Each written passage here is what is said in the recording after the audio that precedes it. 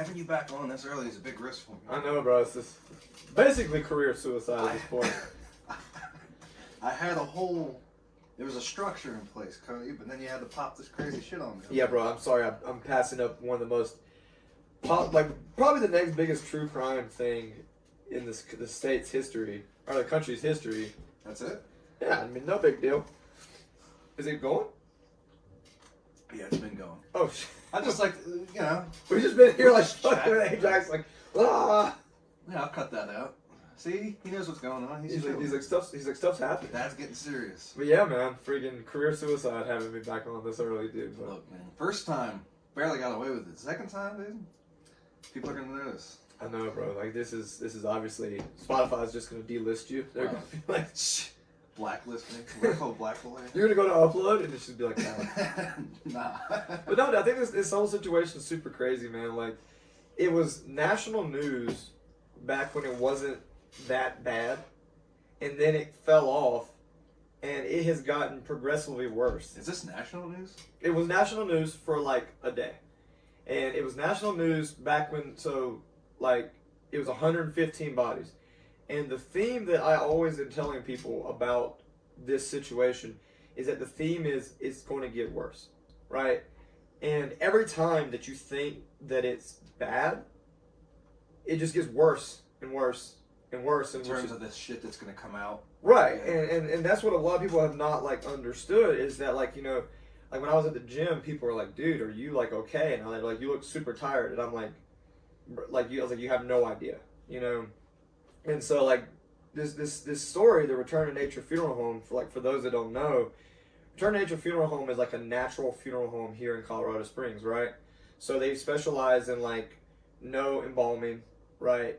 No caskets. You can get a casket, but usually they don't do it. They just put you in the ground. The reason why a lot of this is significant is, you know, the no embalming stuff will come up a little bit later, but Colorado is the most lax state in the nation for running funeral homes. Like, there's no licenses needed, right?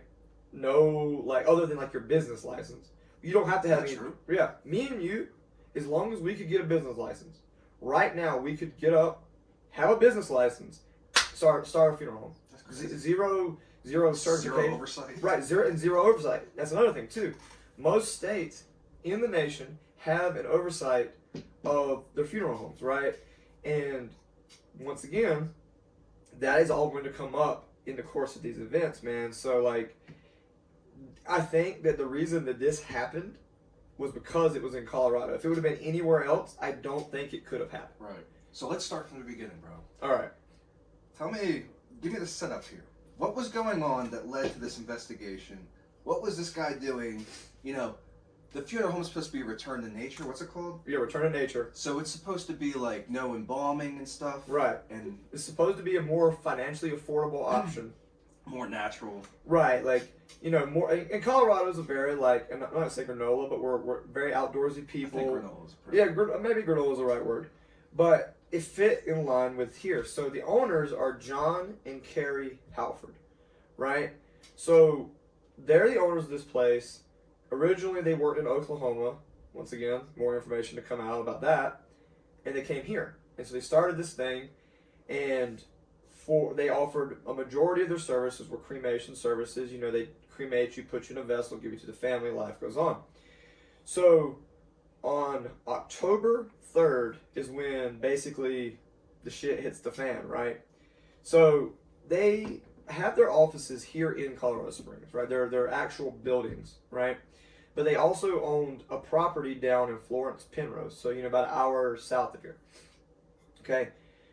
That building that they owned was nothing special about the building. Like, I say that because, you know, if we owned a funeral home, you would think there would be coolers or ways to preserve the body. A lot of my friends here in Colorado are real estate agents. They know this building. This building was a real estate office. So there's no coolers, there's no storage assembly, there's nothing there that makes this building like really good for storing or using for bodies. Well, on October 3rd, the police received a report of a terrible smell coming from the building. Right now, I've seen this place. The nearest house is about 150 yards for it. So think about what must be emanating from the building to smell like that bad. Oh, Like, God, dude. imagine you're in your house, dude, and you could smell something. And they said that they thought it was a sewage line, but they said one of the quotes is that they thought it was worse than a funeral, like a sewage line. Oh, God. So they were like, what is this smell? So they get in touch, like these people are complaining, and they get in touch with like the regulatory agencies and stuff, and they're like, hey, like, can we get this building checked out? So like the police get involved, and they contact this guy, John, the owner, right? And I've personally met this dude, right? And when I met him, I had really weird feelings, bro. I had a lot of gut feelings, you know, like my job used to be reading people. And I had red flags. But How long before all this did you meet him? so I met him in August, mid-August. So nothing had come out yet. No, nothing. There was a lot of weird stuff that happened in my interaction with him. I can't really go into that. Mm. But just know that when I met him, I told multiple people, like, something is wrong here, something's not, like, jiving, right? So the police get in touch with him, and they're like, hey, like, we're smelling this, there's a smell, get complaints, we want to come check it out. And so John tells the police, like, oh, I have a taxidermy, I've been practicing taxidermy in this building, and, like, you know, that's what the smell is. And they're like, well, still, we want to check it out. So on October 4th, he's like, I'll meet you guys there. Police show up. No John. John's gone. Right? And later on, it will reveal why he was not there. So the police get there and like, holy shit, this smells. Something's wrong. This is not a sewage line. So they get a warrant. And I believe, let me check, I got the FBI report here with me, just so I want to make sure I'm putting out the right information. Yes, on the 4th, he was supposed, they came back, they executed the warrant, and they went in. What they found when they went into the building, I know this has been put on the news, but I'm going to paint a more realistic picture of what was found. They opened the door, and there are at least 115 bodies inside this building. But we're going to stick to the theme. The theme is what? It's going to get worse. So there's no power in the building because John Halford didn't pay his taxes for the building. So the state was like, we're just going to turn your power off. So you've got now to mind you, August in Colorado, August, September, October in Colorado, early October, it's like 100 to 85 to 100 degrees. 115 bodies with windows with holes in them, right? So insects, stuff. Oh my God, dude. Crammed in there. Most of the bodies are not in body bags. They are just in a pile. Laying on the ground? No, they're not in an orderly fashion. Like I said, this gets worse. Like every time I'm going to tell you something, it's going to get worse. So the bodies are not even laid like in shelves. There's no shelving. Right? There's not like body. It is piles of bodies just thrown about the building. Like an apocalyptic scene? Just piles of basically dead a mass grave. Holy shit, dude. So, right, like, I understand that, like, I've you know, back when my grandma died and they were going to bury her, the funeral home was like, hey, excuse me, we're not going to be able to do the reception this night because we got this other reception. And they're like, we're bouncing bodies around coolers. Got it. That's cool, man. But that's in North Carolina where they're doing like one body. And they're like, oh, we got this extra body. We're going to treat it with the utmost respect. We're going to handle it as fast as we can, you know. So what was happening was that John and Carrie Halford were still, where they were taking on cremations that they couldn't facilitate. Now, why could they not facilitate the cremations? It's because they didn't have a cremation contract. There was no method that this funeral home had to cremate bodies. So we're going to pause the building for a minute. We're going to go to, it gets worse. So Return to Nature Funeral Home had a contract with a crematorium here in Colorado Springs. They proceeded to owe that crematorium $128,000 for services not rendered. Basically, they were giving the crematorium bodies to cremate. The crematorium was cremating them, giving them back to Return to Nature, and they were not paying them. So this funeral home was like, or not a funeral home, this crematorium was like, hey, we're breaking ties with you. So Return to Nature kept taking cremation services contracts, but did not have a method to facilitate the actual cremation. So what do? Right? You have to give them ashes. You have to like the body has to go somewhere. So the bodies were going. What was happening was the owner was driving the bodies down to this little shop of horrors and throwing them into this basic mass grave. So he's still taking crematory orders. Right. People are giving him bodies, but he has no way to cremate them at this point.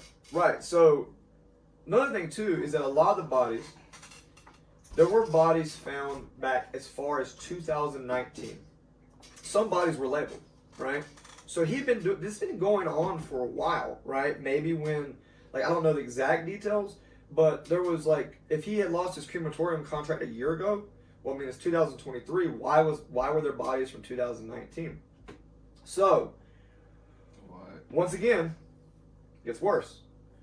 So and I'm going to ask you a question.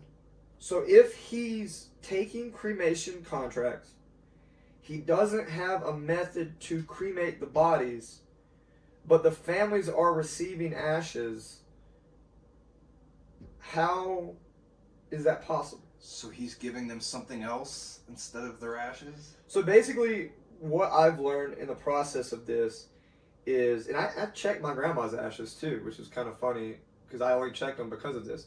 When a person is cremated, your ashes are given basically in a bag, in a vessel, to the family. Inside that bag is like an identifier, right? Like there's some type of thing that the crematorium will put in there, like a little metal tab that's like, date and a number. Kind of like, hey, this is the number of this person is that number, they were cremated on this date. It's like our certification almost, right? So this comes out, all these families are like, what are these things on my shelf? Are these my loved one's ashes? Are they someone else's ashes? So they started having them tested. It turns out that what John was doing was he was grinding up concrete into a fine powder like what would be human ashes and putting the ashes into these vessels and giving them to families. So it's like, and this all came to light because the crematorium, after all, like once the initial arrest, the initial discovery happened, the crematorium came out and was like, hey, we haven't, because they were getting a lot of flack. They were getting, like, why are you doing business with people like this? Like, hey, we haven't done business with this guy in a year. Don't blame us. We cut ties because he was, not paying. So maybe you're going to get to this, but there's a body going back to 2019 that was in that building. Mm-hmm. So even when he had a contract with a crematorium, right. There's still a lot of unanswered questions, and I'm gonna try to work to that. But like I said, this is unanswered. I got you. But what I believe is that it was just negligence. So I'm gonna go back to this Oklahoma thing. So John and Carrie originally were working in Oklahoma. They had a very similar business, but they got basically like misdemeanors almost for doing roughly like the same thing. Right? Not as bad, obviously, but like they got in trouble in Oklahoma, so they were like, we can't operate here, so we're going to come to Colorado and work. So you have it with these two people. You have a history, like not like a well-documented history of negligence, irresponsibility. The wife is like a huge she's the financial piece, so like she's got all the bad financial stigmas, And so these are like two people that you would not want running a business, but they were able to shift from Oklahoma to here, right? So was that body from 2019 more decayed? Had it been embalmed at all, or was it just a decaying body from 4 years ago? So we're going to go till it gets worse. Again. So originally, they started off with 115 bodies, right? And everybody's like, oh my gosh, that's terrible. Right? The original reported number of bodies right. in that building. Well, the reason why there was only 115 reported is because that was what the intact, tangible bodies were. So when these investigators, crime scene investigators flew in, so basically what happened was Fremont County Sheriff's Office responded to this thing. They were like, holy shit, this is way beyond our fucking control. They got in touch with FBI Quantico, who sent out a team that is usually used in airplane crash body like identification. So you got a plane, plows into the ground with 200 people. These are the guys that come out and they're like, all right, these are who it is. So this FBI team gets out there and they're able to get 115 intact bodies and move them, out. However, like I told you, the bodies are all in a pile. And the body from like 2019 has been decaying, been eaten by bugs. A body from 2022, 2023, all of them are on top of each other, decaying into each other. Oh my God. So, like I said, I'm not like, this is not me. Like, I really want to bring awareness to this because when this was the center of national attention, right, for the time that it was like in national news, it was 115 bodies. There were no arrests made. It seemed very fucking docile, right? It was like they made it seem like the funeral owner had a problem. It got out of control. It just wasn't regulated. Like, no, like there was no reports about the concrete being given to family members, the deception, everything. With those cremations, when they gave the family the ashes, they were also creating fake cremation certificates for the family. So like this guy and his wife, not only were they like completely lying to the family members about what the ashes were, they were creating more like these certificates stating like, hey, this is when it was done, this is who it was done by. And let's be real, when my grandma died, bro, she's been cremated. I've not verified any of that stuff because I feel like you would never in a million fucking years need to verify it, right? So all these bodies, dude, are just decaying into each other. You're talking about so he's not paid his property taxes in over a year. So we know that buildings existed in roughly this state for at least a year. So these FBI guys start going to work. Oh, that smell in that building, bro, must have been horrific. I can't imagine, bro. Oh, like God, dude. like the the unfathomable smell. Bro, so with the flies getting in and all that come maggots, and they're gonna lay eggs and the decaying skin and all that. Bro, it's terrible. Dude, I've been hunting before, dude, and I've seen animals that have been killed by other hunters. You can smell them from like 50, 60 yards away. Really? And just like you immediately know what it is. Decaying flesh like really stands out. It's got I think for very like an evolutionary reason. It's like, oh, something's near. Yes. Right. So I'm sure that these people that were living in the houses were like, this is not a fucking sewage line, because. And so how far apart was this building from other houses? Because at some point, this guy decided this is going to be my method. I'm going to store the bodies in here intentionally. He had to know the smell was going to come up at some point. Right. So how far away was this building? Did he think he would just never get caught? I don't know. Like roughly, they were like 150. It's like roughly like 150 yards. It's not that far. Right. I mean, in the grand scheme of things, and I mean, if it was one body, yeah, I mean, sure, you could easily be like, I mean, the wind not blowing would be like enough to mask that. Right. But you're talking about like a World War II-esque mass graveyard that, this building's not in great shape. It has not even AC to dampen the smell, dude. Like, it probably heats up in there too. Acts like as an oven almost. And like trying to wrap the head around it is like, I know that some of the people working in that space were literally treating it as like a bio fucking hazard. It is. Because you can get like corpse plague from freaking being around that stuff.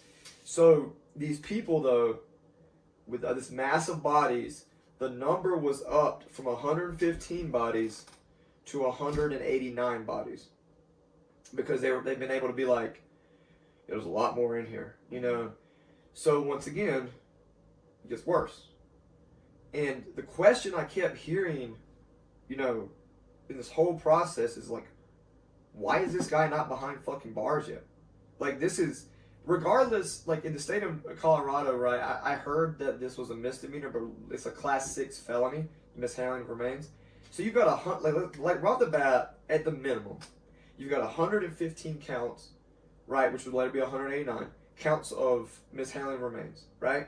You've got obviously multiple levels of fraud. Like I can't even fathom how much fraud would be per case, because it's like, I frauded you on the payment of services rendered, I frauded you on the cremation certificate, I frauded you on the actual, like, what the remains were. Like, there's levels of that, right? So probably like 200 plus cases of fraud. I'm going a light number on that one. And how is this guy just living his life? How is he out there? Because my biggest fear, right, in my involvement in the case, was if he was allowed freedom of movement, what was he doing in his freedom of movement, right? My fear was that with the amount of names, right, the way that I've understood this investigation to go was they were able to obtain his, like, client records. And they were going through the client records, and they're like, all right, this is John Doe, here's John Doe's corpse, scratch him off. This person died after John Doe, Jane Doe, here's her corpse, scratch her off. But we can't find number 3 in the list. Where is number 3? Where is number 4? Okay, we found 5. You know what I'm saying?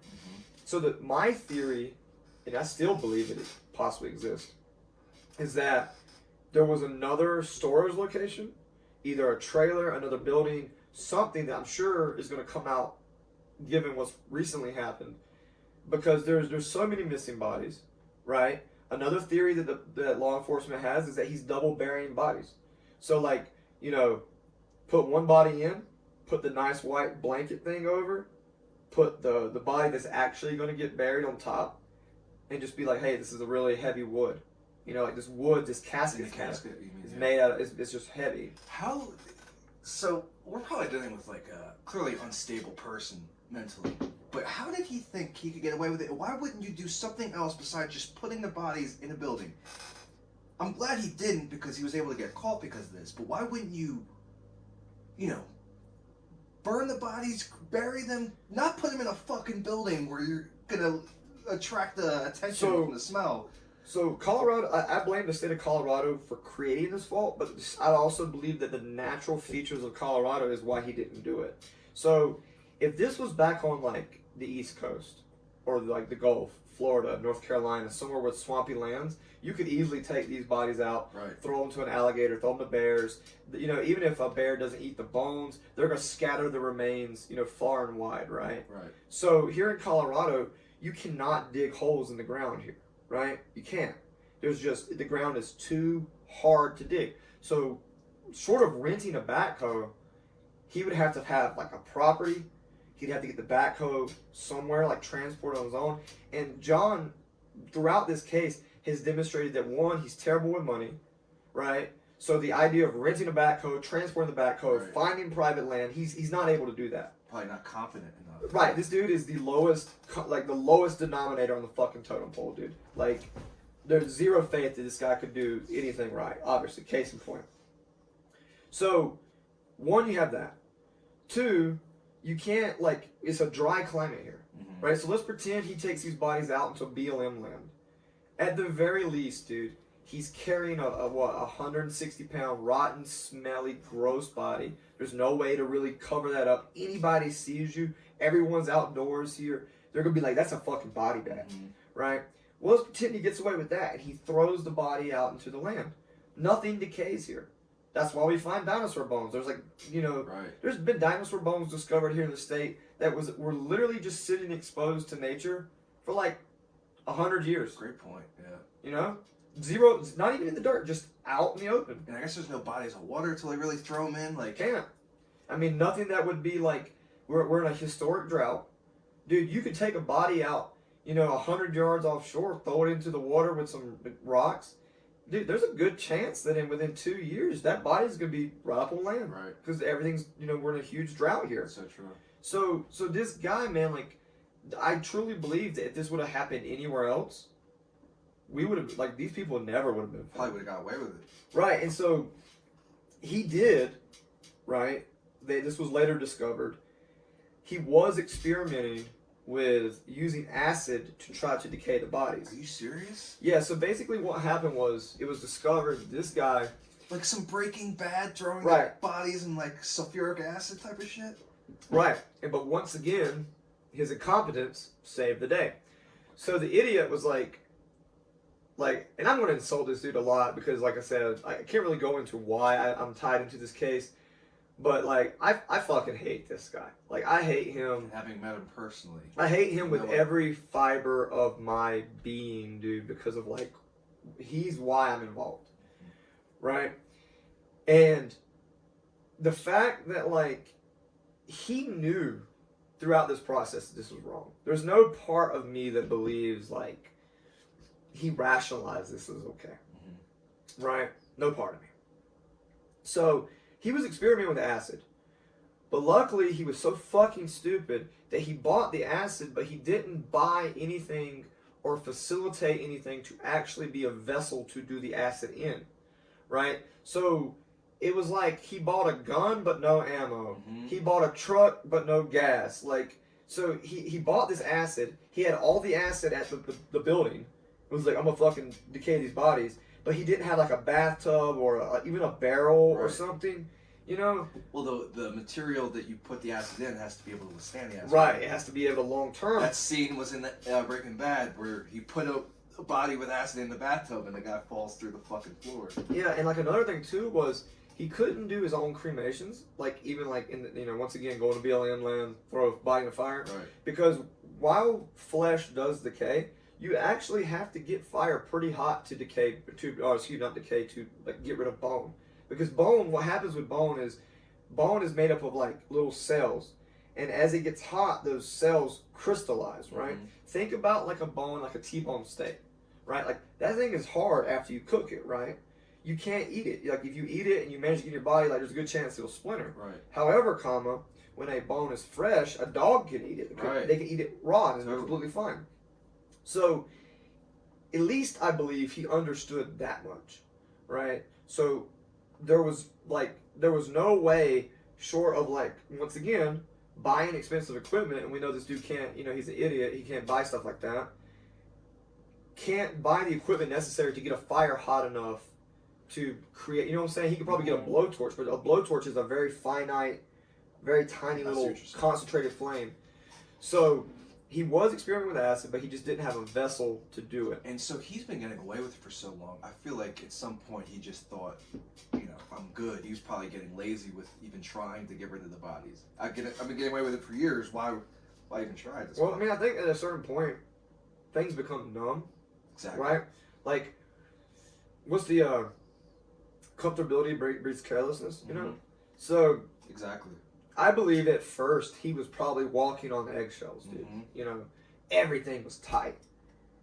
Now I believe that things got loose, To the point where he was just throwing bodies in a building. Yeah. So now so just to give an idea of the situation, where we're at now. Like, well, not now, but I'm going to take us to October. Let's go to October, 6th. Okay. Okay. When this first broke, right? Yeah, so we're like around we're around October 6th roughly. John is nowhere to be found. Right? This is when the police come to the building. Yep. And he doesn't show up. Yep. So he's nowhere to be found. Where's John? Where's his wife? They have fled the state. Are you serious? Yeah. So basically they had the phone call on roughly October 4th with the people who were to come inspect the smell. So when he didn't show up to let them in the building, him and his wife had already fled. He knew it was good. He knew it was up. So they fled back to Oklahoma, which is where his family is originally from. So they flee. They're gone.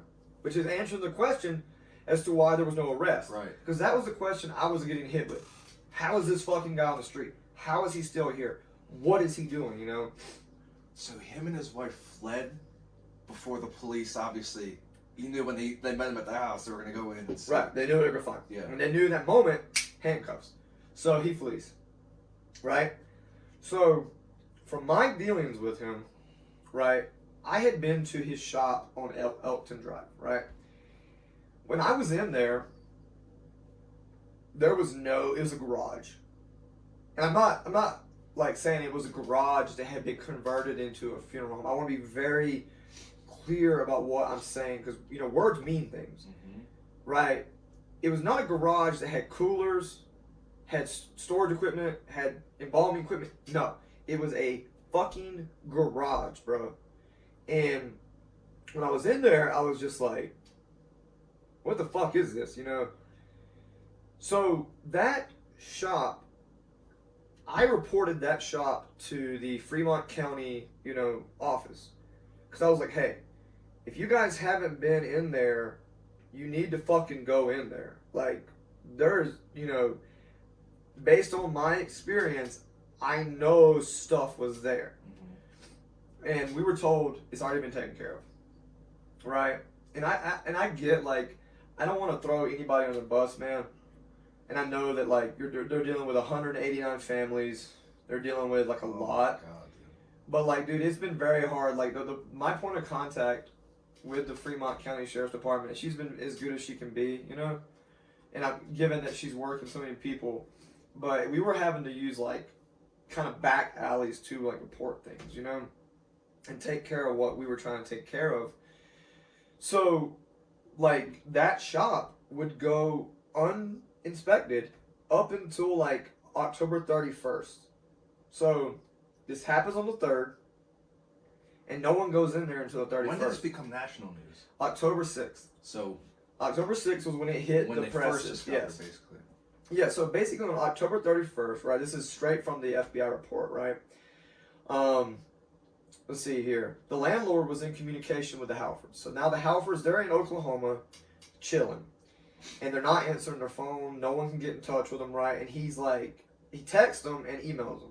He's like, hey, like, you guys aren't paying rent. You guys, where the fuck are you? Like, you need to do it. The landlord sent an eviction notice to tell the Halford, like, to the Halford's email account. They didn't reply with text because they were like, we're staying off our phones. The landlord was like, hey, you know, you're going to get evicted. The Halford was like, cool, evict us. So the landlord's like, yo, you've got literally all this shit in here. What are you going to do with it? They're like, keep it. We're not coming back. So they did respond to him? Yeah. And we're responding via email. But luckily, though, right, the Halfords told the landlord they would not be able to remove the property and the landlord could do what he wanted to it. All right? So, one good thing, though, about this was that the landlord did eventually get in touch with, like, law enforcement. And we'll get to this in a minute. Because this plays a part, kind of like my personal interest in this case. But, like, this is something that took 28 days to actually become, like, inspectable. So once again, I want to go back to the freedom of movement that this guy had. So he didn't get arrested, right, because he didn't show up.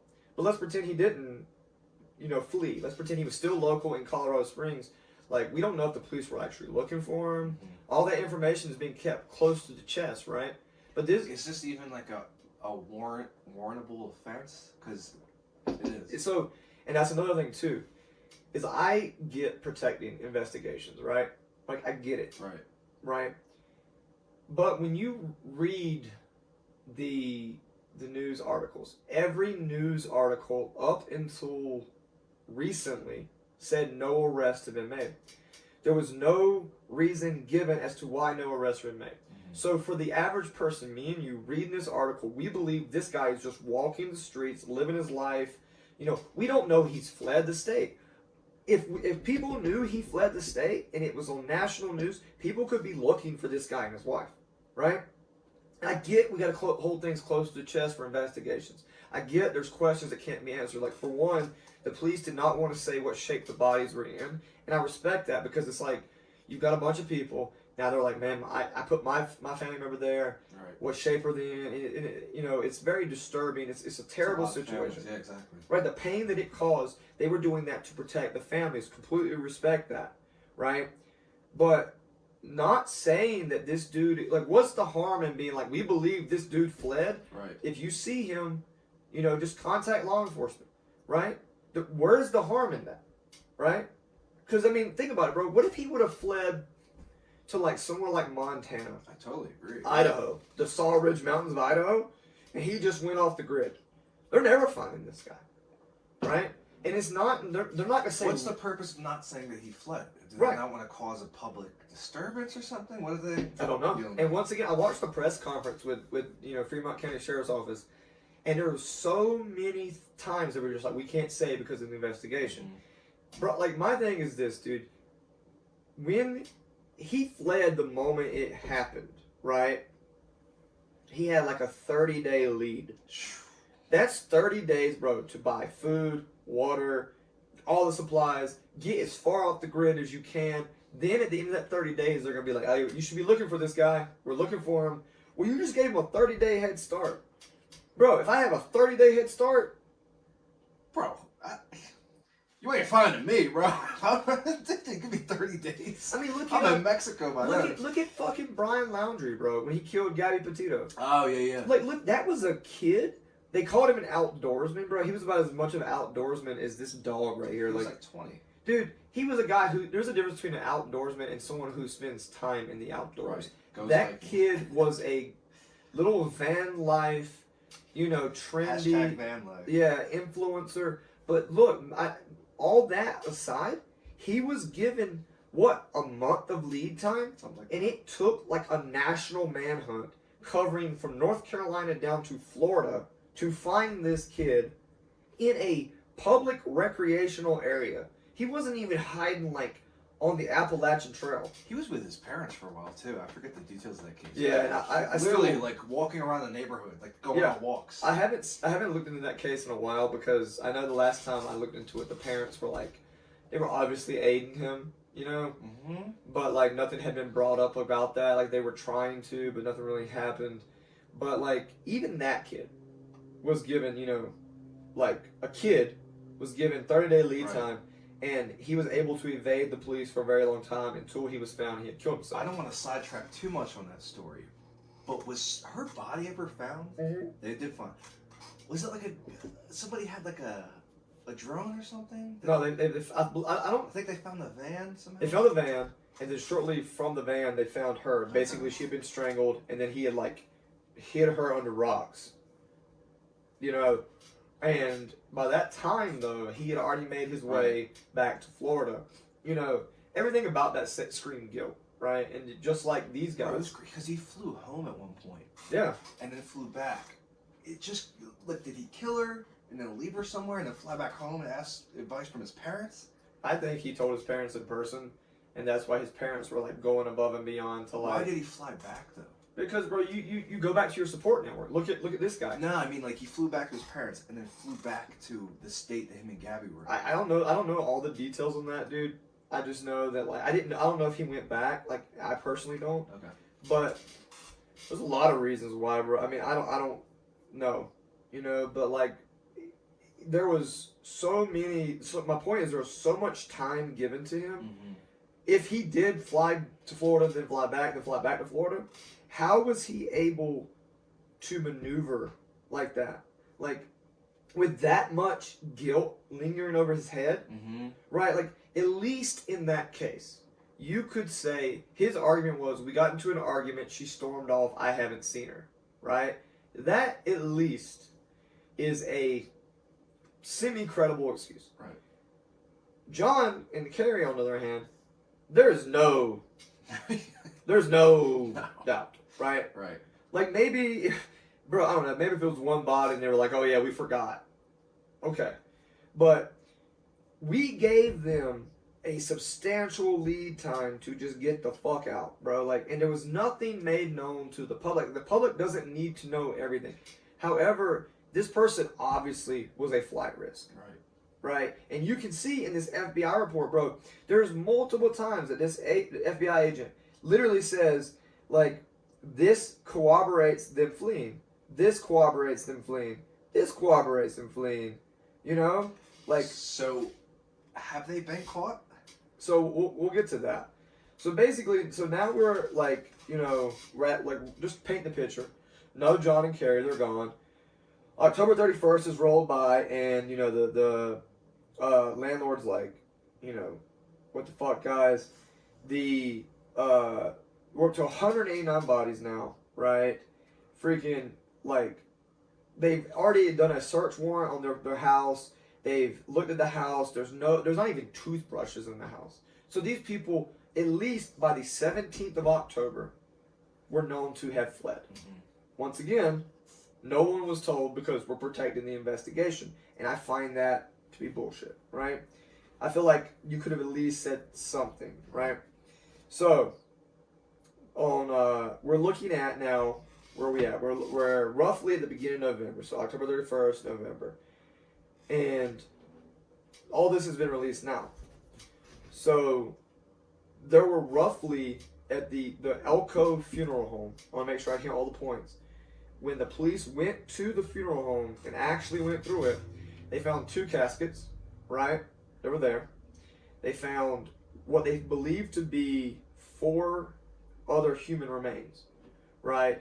But they said these were like a mix of ashes and something else. So maybe the guy tried to like burn it and was like, you know, I don't know. This is the part of the case that I know the least about because it's like the newest, and it's not a lot has not been said. So he attempted to cremate possibly, some bodies? Possibly, right? And because like I said, I mean, this dude could have tried to burn one body, and it'd been like too big, and he like put it in multiple vessels. So when you say it was like cremation ashes and something else, like it could have been the fucking concrete. Yeah. I mean, we don't know. It could have been wood.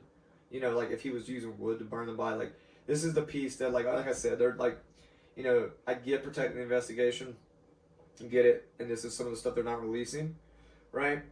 So there is some good news in this case. So the good news is that basically the FBI was like, all right, you know, we finally believe that these people have fled, you know, after 30 days lead time or whatever. So they start using geolocation on their phones, right? So they're pinging the Halford's phone. They know the phone numbers. Mm-hmm. And they're pinging these phone numbers off of local cell phone towers in Oklahoma. Mm-hmm.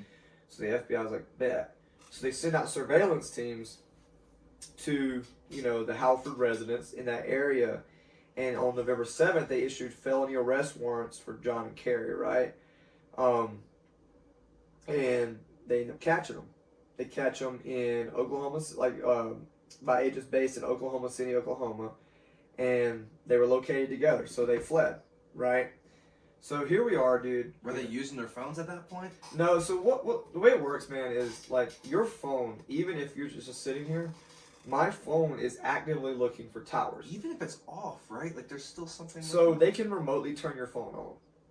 Like that's crazy. Yeah. So, but like right now, my phone is just sitting here. It is still finding a tower. Like they're talking. Right. They're just like touchy tips. And so if you were to look up where Cody Rhodes is at, you would see that phone tower is seeing me. Right. Well, your phone, if you've ever done that like Google location tracker thing, bro, it doesn't just show you like on a map where you're roughly at based on the cell phone tower. It can literally show you where it follows you, just like a tracker, bro. So these people knew, like, is that public access? Yeah. No, it's not public. It's not. So it's like basically if you go on Google and you look up like, you know, all this whole stuff about how to like see where you've moved, you can see it. Like, are you serious? Yeah, you can see this. Like, how? Dude, I don't know how it works, but like, what do you put in to see that? Your phone number? Like, how does? I've never done it. I just know that it exists and it's like public information because I remember when location services were first available on phones and people turn your location services off. Everybody's like, I don't really care if you know where I've gone. Yeah. And they were like, here's the extent that it actually shows you, right? I know from a military application, it's very in depth. I don't know what like the average me and you can do, right? But I know that if the FBI is looking for me, right, I'm very confident that they have the capability to see like where I'm at. Totally. And I know they can turn your phone on remotely. That's great. So I don't want to detract too much, but it kind of goes along with this theme. Back where I'm from, when I say I'm from Philly, and I tell you guys I'm from Philly, I'm from right outside of Philly. The Johns. The Johns.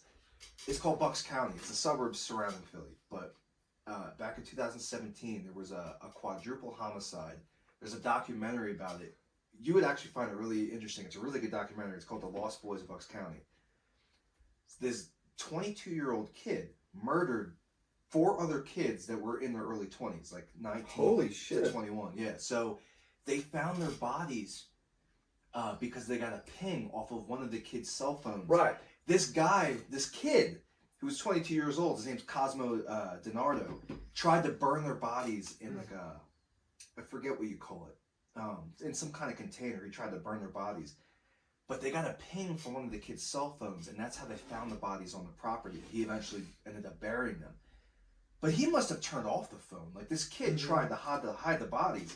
So I'm wondering, like, either they can turn your phone on, and that's how they got the ping, or even when it's off, they can still somehow triangulate it. Right. Like, well, so I know for a fact that, like, there's a lot of, like asymmetric applications that can be done with your phone. Mm-hmm. And it would surprise me at this point, dude. I mean, bro, like, there's all kinds of crazy shit that can happen, bro. Like, technology is wild, man. And, you know, and my knowledge of this stuff is at least 3 years or 5 years old at this point. So I don't even know, man, like, what they can do anymore. But I know, like, when we were in Afghanistan, for example, like, when we would start raiding places, they would try to, like, destroy their computers, right? Mm-hmm. And we had guys who could literally take the pieces, not even the whole computer, the pieces, and they could restore the files that were deleted on the computer. No way. Mm-hmm. Yeah, they could do that. That's crazy. So there is like even if you delete a file, there's still like an imprint of that file. Yeah, so level 1 is like delete the file and it goes into recycle bin. Right. So, and then you delete the file that's in recycle bin. So all that is like an image, right? Like that is like a visual image of that file. Right. Just because you deleted it, that file is gone to me and you, but you can easily go in and restore that file. Right. I mean, for example, if say you deleted a file, you didn't know how to back up your computer, I went in, I said, hey Mike, when'd you delete the file? You're like, I deleted it yesterday. Cool, bro. Well, you got a backup from 3 days ago. Are you cool going back that far? Yeah. Now you have the file again. So I messed up my computer doing something. I was trying to mess with something, and I messed the computer up to the point where it wouldn't turn on, but it gave me an option. I could restore the computer back to a point where it still worked. Mm-hmm. So literally getting its old memory back, which is crazy, dude. Yeah, and so like, when you delete something, there's still something there. And that's like level 1, right? Like that's not even talking about like what the military can do, and a lot of like the military's technology we build from like the FBI and CIA, right? We don't like they're like way better at this stuff than we are because that is their primary focus. It's like a lot of military, for example, will train their operators with SWAT teams from big cities because like Chicago, New York City SWAT teams, because those dudes are doing SWAT every day, 365, and that's their primary job. So like it's not uncommon for us to go out and like train with them and like learn from them, right? Because we do stuff like that when we're on deployment. Right. The military is not going into places and playing SWAT here in the United States. There's titles that make it so we can't do that. But it's just like us with the technology. We don't do the technology stuff all the time. The FBI and the CIA and all these other agencies are doing that like on their like all the time. On a daily basis, yeah. Right. So yeah, dude, there's no telling what exists out there, bro. Like I do know a guy one time though who went crazy and believed that he was in trouble, right? And he knew that phones were trackable. So what he did was he got his phone, he got a battery pack, plugged it in, and duct taped it underneath a transfer truck and just took off into the mountains. Now mind you, this guy's not in trouble. He's bro. It's actually kind of a good idea. He's brilliant, but he's in zero trouble. Like there's a mental health concern. Yeah, so but like a paranoid. But like it's people like, hey, we need to get this guy to like some help. Right. So he takes off into the fucking wilderness, just gone. This poor truck driver, bro, is just bebopping through Arizona, gets pulled over. Fucking SWAT. No way. Because of what this man's profession was, they were like, yo, we need everybody. Okay. So this dude is just sitting in his truck, and they're looking at the truck, they're clearing the truck, they're clearing the sleeper, and they're like, we gotta empty the trailer out. And the guy's like, there's nothing in there, bro, it's just boxes. They're like, we don't care, we gotta empty this out. So they were like emptying the trailer out, checking all the boxes to see if this dude's like hiding in one of the boxes. And I was like, bro, could you imagine being this truck driver? Because our law enforcement, bro, I support law enforcement, man. But I'm going to be real when I say that a lot of law enforcement are dudes that are like fucking power hungry dudes, bro. Like, yeah, and they will not tell you anything. The thing is, I don't even know if they start like that. I'm sure some of it is like, this guy got bullied in high school. This is his, Right. turnaround. I think that you're right. I think that it doesn't start that way. Well, the Stanford prison experiment Give shows people that. power. Yes. So, like, I know for a fact, bro, that, like, a lot of law enforcement refuses to tell you things, and a lot of the times people are just trying to comprehend, like, what is actually going on. Mm-hmm. One of my buddies who's a cop in Raleigh told me this story. Swear to God, this is a true to life story. So my buddy was heading home, basically heading home before his shift was over, because he had like 10 minutes left. His friend, who's still one of his good friends to this day, calls him. He's like, "Hey, I need to check in at this noise complaint." So Stomps, my buddy's like, "Hey, I'm gonna head over here. Because it's right by my house." Rolls up. It's a party, bro. It's just people at a party. They're being loud, but it easily could have been settled with like a knock, knock, knock. Hey, you guys need to calm down. Just keep it down a little Yeah. bit. So this guy is like this law enforcement officer is a very egotistical guy. My buddy will not let me meet this guy because he's an asshole, but he's my asshole type friend. He's super cocky. He's in love with himself, and he knows that I don't do well with like cocky people. Because I was raised to be a fucking humble human, bro. Right. So he would not let me meet this guy. Like, this is the picture of this guy that I'm trying to paint. Mm-hmm. So cop comes up, knocks on the door, girl answers the door, she's like, "What's up?" And he's like, "Hey, we got a noise complaint, we want to come inside, check everything out." She's like, "No, fuck off. Like, we'll turn the noise down, but fuck off." Right. Bro, he got so pissed that she disrespected him, he turned it into an all-night investigation, bro. Called, had warrants issued. Bro, he arrested 3 people, because in the state of North Carolina at the time, it was not legal to smoke weed. He arrested all 3 of them. And my buddy claims, my buddy was like, "Hey, bro, this isn't that big of a deal. We can just go home right now. Our shift's over." He goes, "Nope, she doesn't speak to us like that." And it was all about this dude has a position, and he feels like it needs to be validated. Mm-hmm. And like I said, bro, he literally will not let me and this guy meet. That's funny, dude. He's like he'll literally be like, this guy, he's told me stories. He'll literally be like, "You're lucky your girlfriend loves you because I could just take her at any moment, bro. Like, I'm a good," like, he's an asshole. So you have 2 levels of cops. You have cops who join the force and they're not like power hungry people. A lot of them got bullied, in high school. Bro, I know 5 cops from my old high school. Of the 5, 4 were picked on and bullied. Mm-hmm. Like, hardcore bullied. Right. And then you have the cops that are just like fucking egotistical, bro. Like, if you meet a humble cop, I mean, dude, that's saying something, So imagine being this truck driver and you're just trying to like wrap your head around the situation. Like, why are you pulling me over? And you just got dudes that are like not even telling you anything. Just get off the ground. You're like, the fuck, Just trying to do my job. Bro, and the thing is, like, there's 18 of them. It's like, just tell the man, right, what is going, like, roughly what is going on. I know. I don't want to get too deep into like the cop shit talking because we both, I think, are police supporters. I support the police. Blue Lives Matter, all that. I think cops should be treated with respect because it is a hard job. But with that being said, cops are absolute assholes. Respect is earned, not given. Bro. Right. And it's a Stanford prison experiment. I don't even think it's, you can help yourself at that point. I think it's just kind of a human psyche thing. Right. They want you to respect the badge. Like your buddy, not your buddy, but your buddy's colleague, he wanted that respect. Yeah. I'm wearing this badge. I want you to respect that badge. So it is kind of like I forget where I was going with this, but it is like a power hunger thing where I didn't get respected in high school. And especially now that I have this power, I can arrest you for anything I want, dude. Mm-hmm. But you see cops that they'll escalate things just because, dude. Just to be petty about it. Right. And it's because it's like, I've literally heard, and from good cops, I've heard this, that they will escalate things based on how you treat them. Yes. And I'm like, that's not the law. Right. Like, bro, think about this.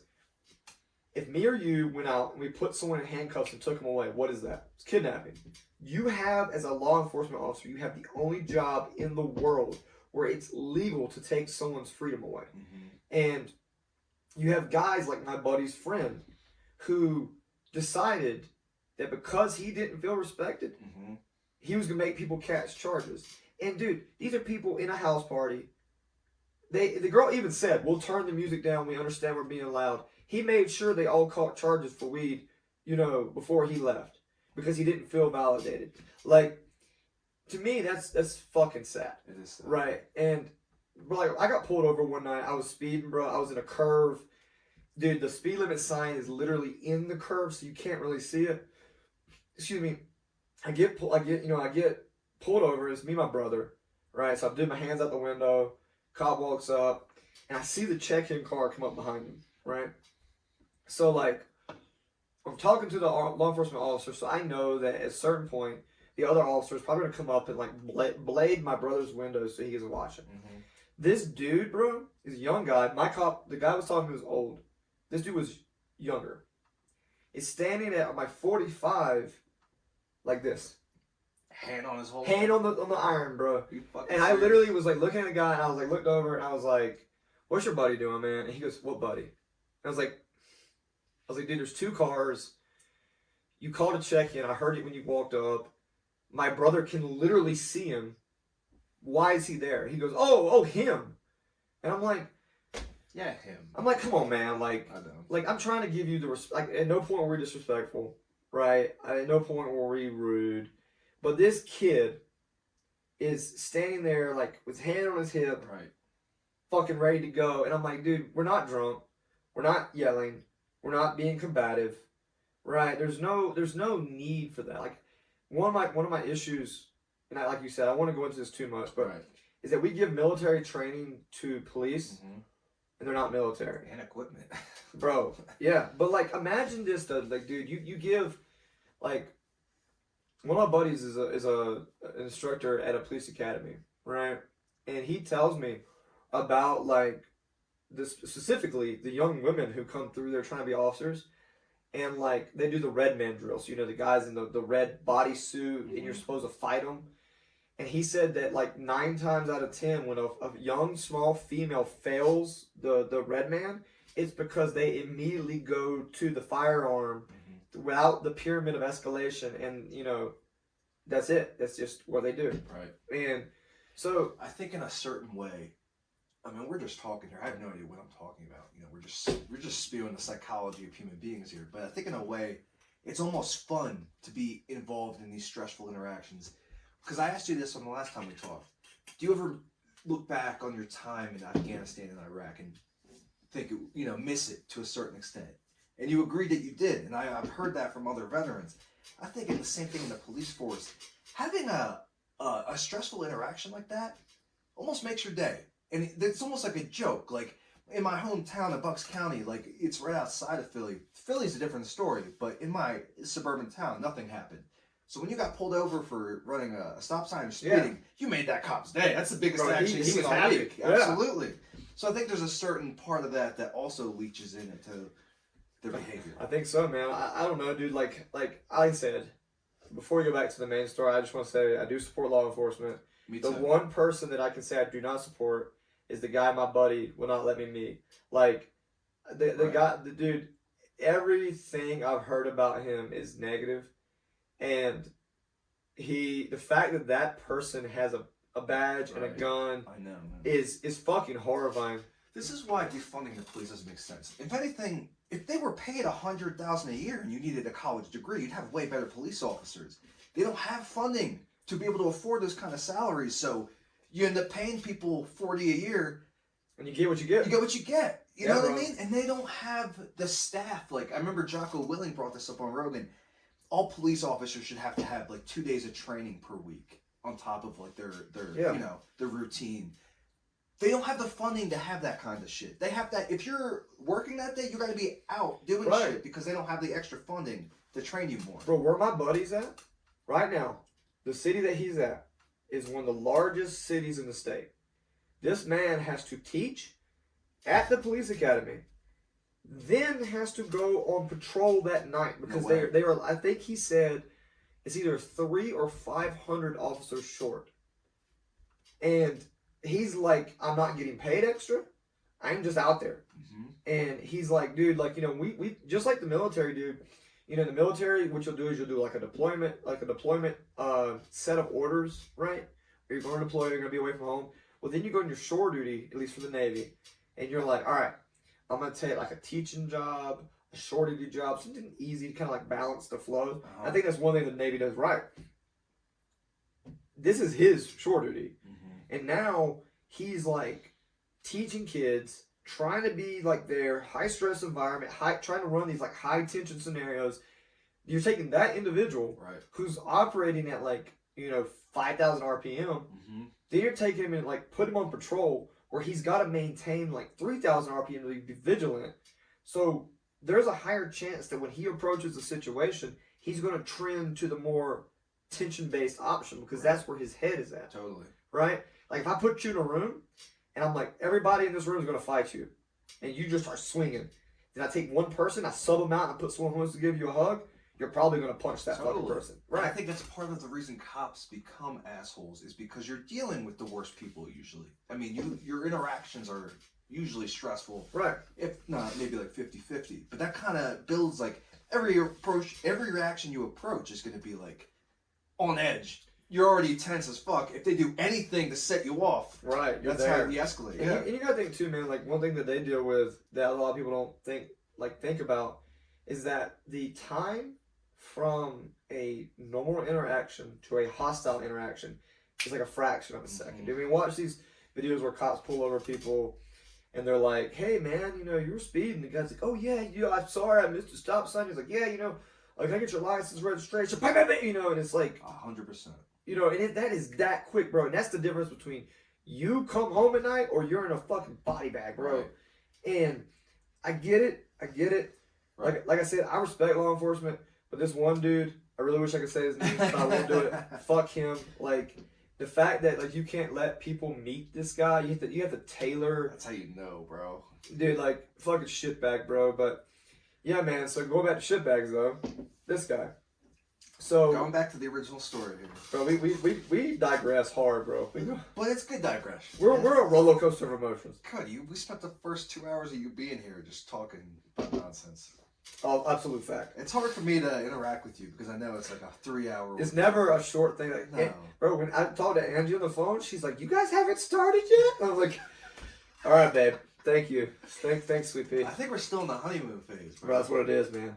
But so let's get back to the story. So they triangulate their positions and they get arrested in where? Oklahoma? Oklahoma. So now they're working on extraditing them back to Colorado. So they're still in Oklahoma right now. That's my understanding. But let me find this like charges these people are catching, dude. Okay. This is crazy because it's like, yeah, here we go. On or about November 7th, 2023, felony arrest warrants were issued for John and Carrie Halford. I have reviewed the arrest affidavits and warrants issued to the district court, blah, blah, blah, blah. They had the same charges and warrants, which included approximately 190 counts of abuse of course violation, a Class 6 felony, 5 counts of theft violation, 1 count of Class 5 felony, 4 counts of Class 6 felony, 4 counts of money laundering, and over 50 counts of forgery in violation, a Class 5 felony. So, like, they're getting the book thrown up. And, like, one thing I do like is that it says over 50 counts of forgery, right? Because that's what they know right now. Right. So, just to give the way ahead of this, right? You notice that it said 190, not 180. Now, we were at 189, now we're at 190 for some reason. So, they're still discovering stuff. Bodies, yeah. Right, because the way John and Carrie did things, right? So, they labeled things as John, they labeled things as Carrie, and then they had return to nature assets. So all 3 of these entities had their own like assets, right? So now you're looking at like John could have something, like on his books. Now you have to have a warrant to investigate that. Right. Carrie has hers. Return to nature has hers.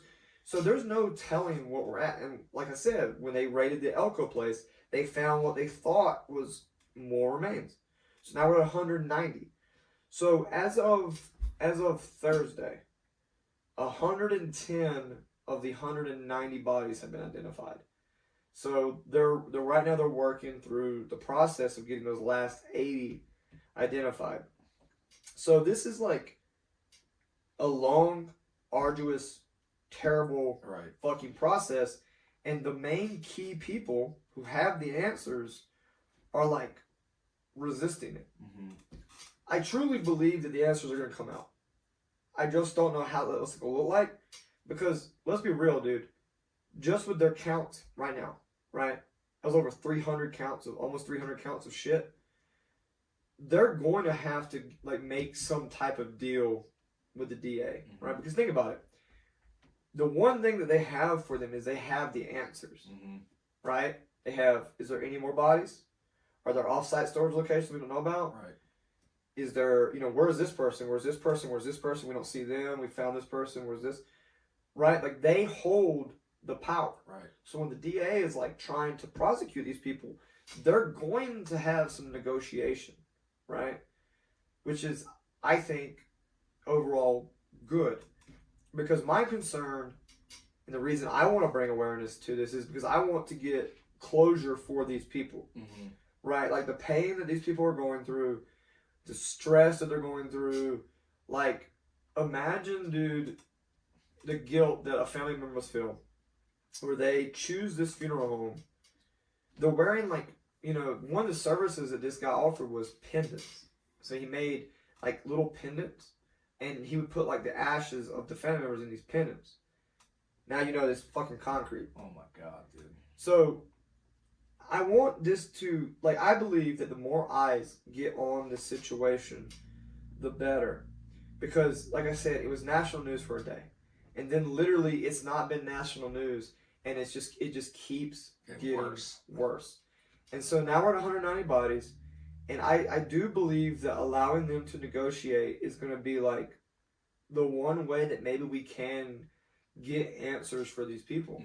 Because no one knows what they know, right? Like, their corruption and incompetence, that's a deadly fucking combination. Yeah, a person who is doing bad and they're dumb as shit, bro, like, that's not great. Some real bad shit could happen, yeah. Right? Like, did you throw some bodies? Like, think about dinosaur tracks, bro. Did you throw some bodies out there? I'm confident there's places of that territory, bro, that people haven't been in years. He could have easily done that. Right.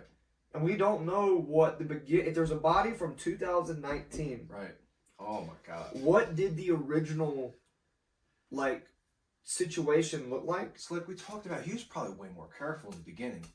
He was probably getting rid of the bodies in the beginning, the first time he did this. These bodies that they just found in the building are probably just him at this point, not giving a fuck. That's what I'm worried about. Yeah. And that's where my concern comes from.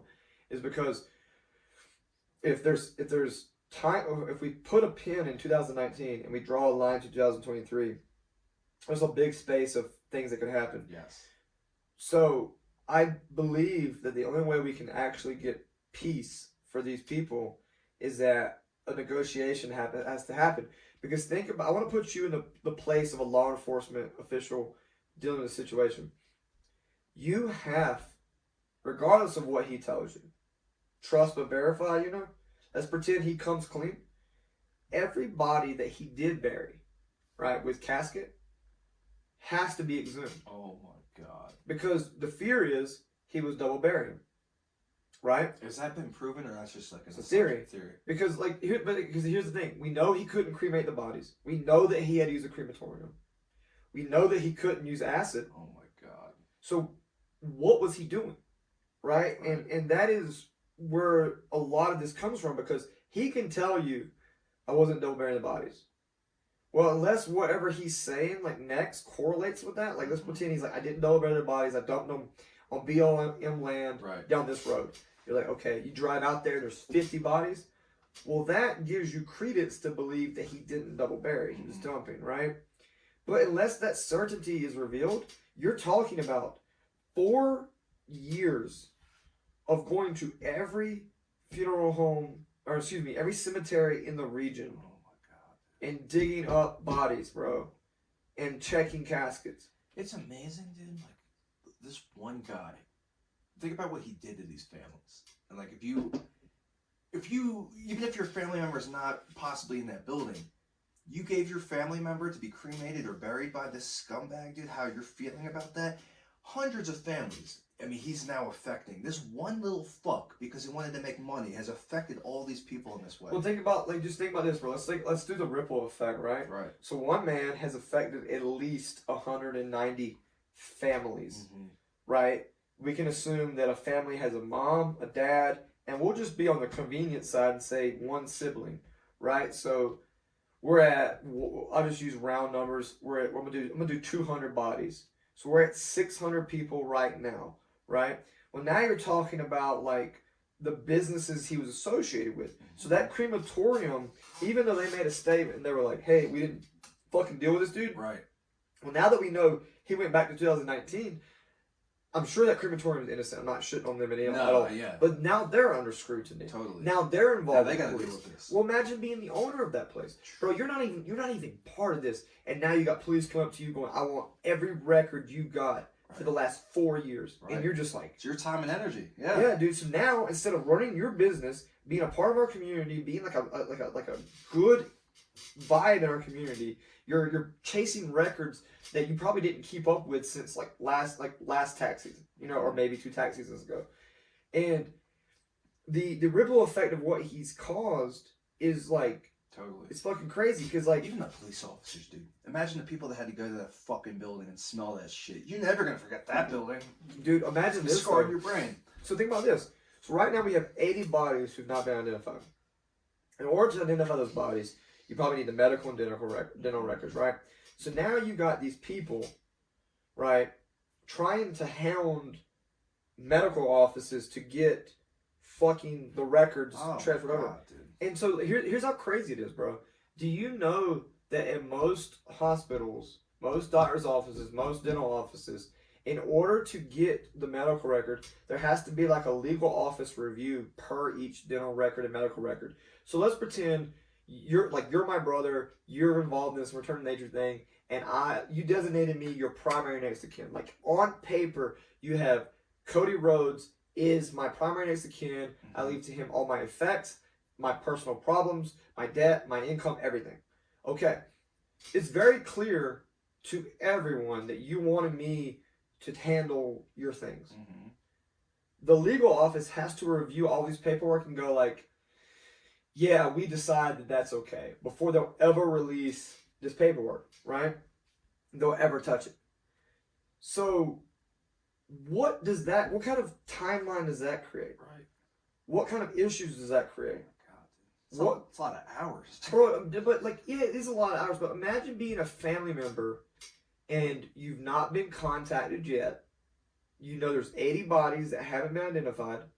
You're praying for closure every day, but your one hope is you get the dental or medical record and you can get it into this office and they can go through it and find your loved one. But you're depending on some legal person who's like, bro, we had a 4-day weekend this weekend because it's Veterans Day. This is a problem I'll get to on Monday or Tuesday when I come back in the office. This is like, the one thing that I really want to relay home is that this is an exponentially growing thing. Right. It's almost a life form. It's still growing. Yeah. You're right. Yeah. Right. Like, they just got this dude and his wife in handcuffs. He's sitting in Oklahoma as far as I know. Right? Like, you know that his business license was not canceled until 2 Thursdays ago. So he was technically... So technically, if he would not have fled, he probably would have been in trouble with the police. Could have still been operating. Bro. That's so wild. Imagine if he would have had, let's pretend he had an off-site location, bro. He's got his off-site location. He knows he's in trouble. He's got a lawyer. He's able to, be free. He's still got his business license. Because to me, the moment I found 189 bodies into this fucking building, business license, you're done. You're done for now. Mm-hmm. Bro, the freedom of movement, he could have drove out to Pueblo or one of these remote-ass Yoder, right. Falcon, Black Forest, set that building on fire, bro, all that evidence. Because he knew they were going to the one building, but they don't know about anything else. He might have. And he had 30 days to tie up any loose ends. And that's what I'm saying. You could have lost so much evidence in that time, dude. Luckily, once again, his flight to Oklahoma hints that there was nothing else. Right. But we don't know what he was doing. Right. Because, the only hard date we have is the 4th of October, when he didn't show up, the 17th of October, when the police actually raided his house. So that's 14 days. Dude, they could have been staying at a Holiday Inn, and just going around the place, making stuff disappear. You know, like there's no telling what could have actually happened in that time with the freedom of movement that was allowed for him. Right. You know, and like I said, I don't believe I don't need all details, but like if you told me that this dude was on the loose, dude, like I was sitting at one of the breweries down here, and me and my buddy were talking about this, and a guy from another table came over and was like, "Hey, fuck that guy. He's a piece of shit." Blah blah. There was a unanimous feeling in Colorado Springs that this guy is a piece of shit. I went to the garage building. The front door was covered in sticky notes. How could you do this to people? I hope you burn in hell. Like, you shook my hand and told me my family was okay. Like, people were, like, united against this guy. If you put out a notice that said, hey, we believe that John and Carrie Halford have fled, I believe that you would have had, like, a lot more. I mean, look at that once again, Guy Petito. People were like, hey, we can't find Brian Laundrie. Mm-hmm. Dude, everyone. People in North Carolina was like, I saw a guy who looked like him. Right. You remember there was the kid on Instagram who was in a club dancing. He did look exactly like the guy. People came up, dude, and slammed him to the ground. And we're like, are you serious? Yeah, bro, to be fair, though, he looks exactly like him. It is a copy and paste, bro. Yeah, yeah. And he's just in there dancing, and the person's like videotaping. They're like, yo, we found Brian Laundrie. And two dudes rolled up and like, you know, are you serious? Slam him into the ground, and they were like, call the cops. And bro, the guy's like, I'm not Brian Laundrie. Like, it's crazy, that's bro. Actually hilarious. Dude. But like, those people acted that way because they were informed about something that could have happened. Exactly. Dude, like, I just don't. There's so much uncertainty that's associated with this incident that it breaks my heart for these people. Mm-hmm. Like, imagine your loved one has been gone for years, and all of a sudden you realize that the decision you made put them in a building where bugs were eating them and they were just rotting into another. I can't imagine. I know it's a lot to say, but I think it needs to be said. Their body was rotting into another body. Literally melding. Yeah. It's like one. Yeah. And it's horrible to say. No, I got you. But you want to bring the realness to this. Right. There were people layered on top of each other, decaying into each other. Right. Insects. And that's what I'm saying. The national news. Hard to even imagine. Right. The national news stopped covering this once it broke. Right. It was like, 115 bodies, one of the worst, prison handling, funeral home handling incidents in the country, blah, blah. And then it was just like, we're hands off. Dude, there could have been so much more reporting on this. If I was a news agency, bro, and I found out that this type of scandal was going on, dude, I would have rode this into the ground. Totally. Like, it's amazing that it only caught wind in the beginning when it was less. There was less, seriousness going on. Right. Now it's escalated, and it's still not catching. And it's so far worse. Right. Like this is something, dude, that's like. Is this big news locally? Locally, yeah. Locally, you see it on local news stations, right? But it's like, like once again, everything's being held very close to the chest. Mm-hmm. But it's not national news. You don't see them because it did make CNN, right? And my thoughts on CNN aside, it is the second or first most watched news network in the country. Right.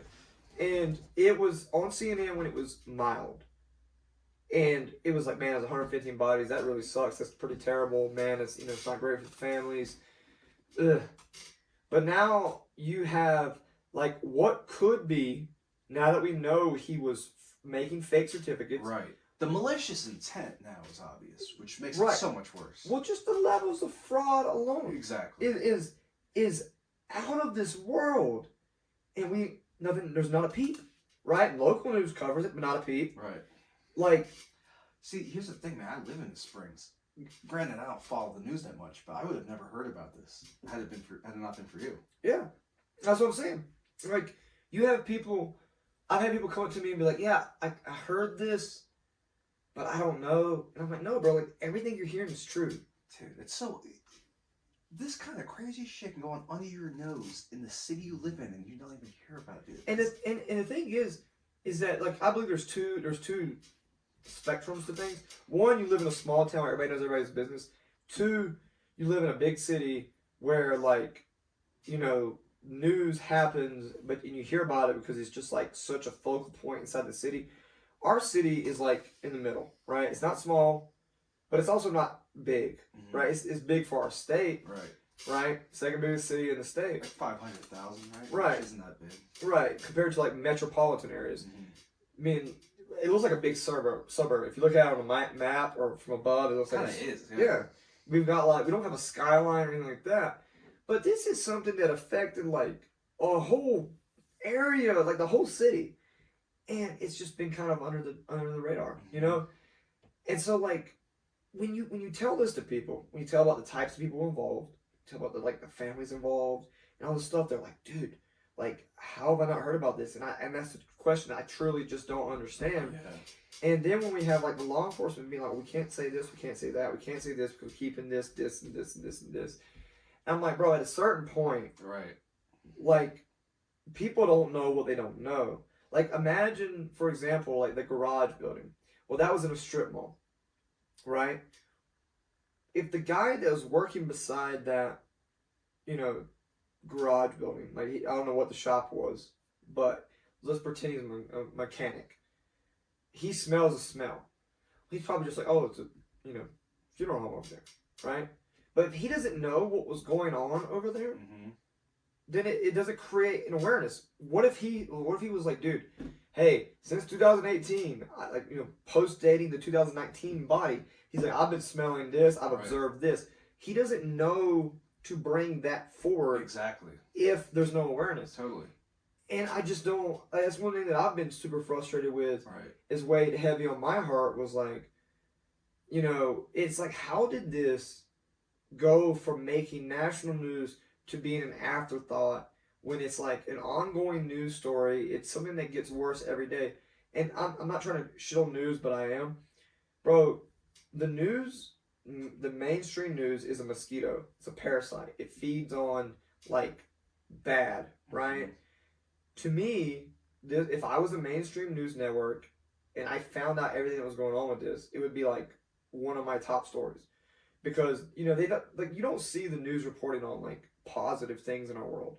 You don't see it bringing us together. It works. It literally works to divide us, right? This would be one of those things that would be like so bad and negative that's like, dude, there's like, you know, you can't turn away from it.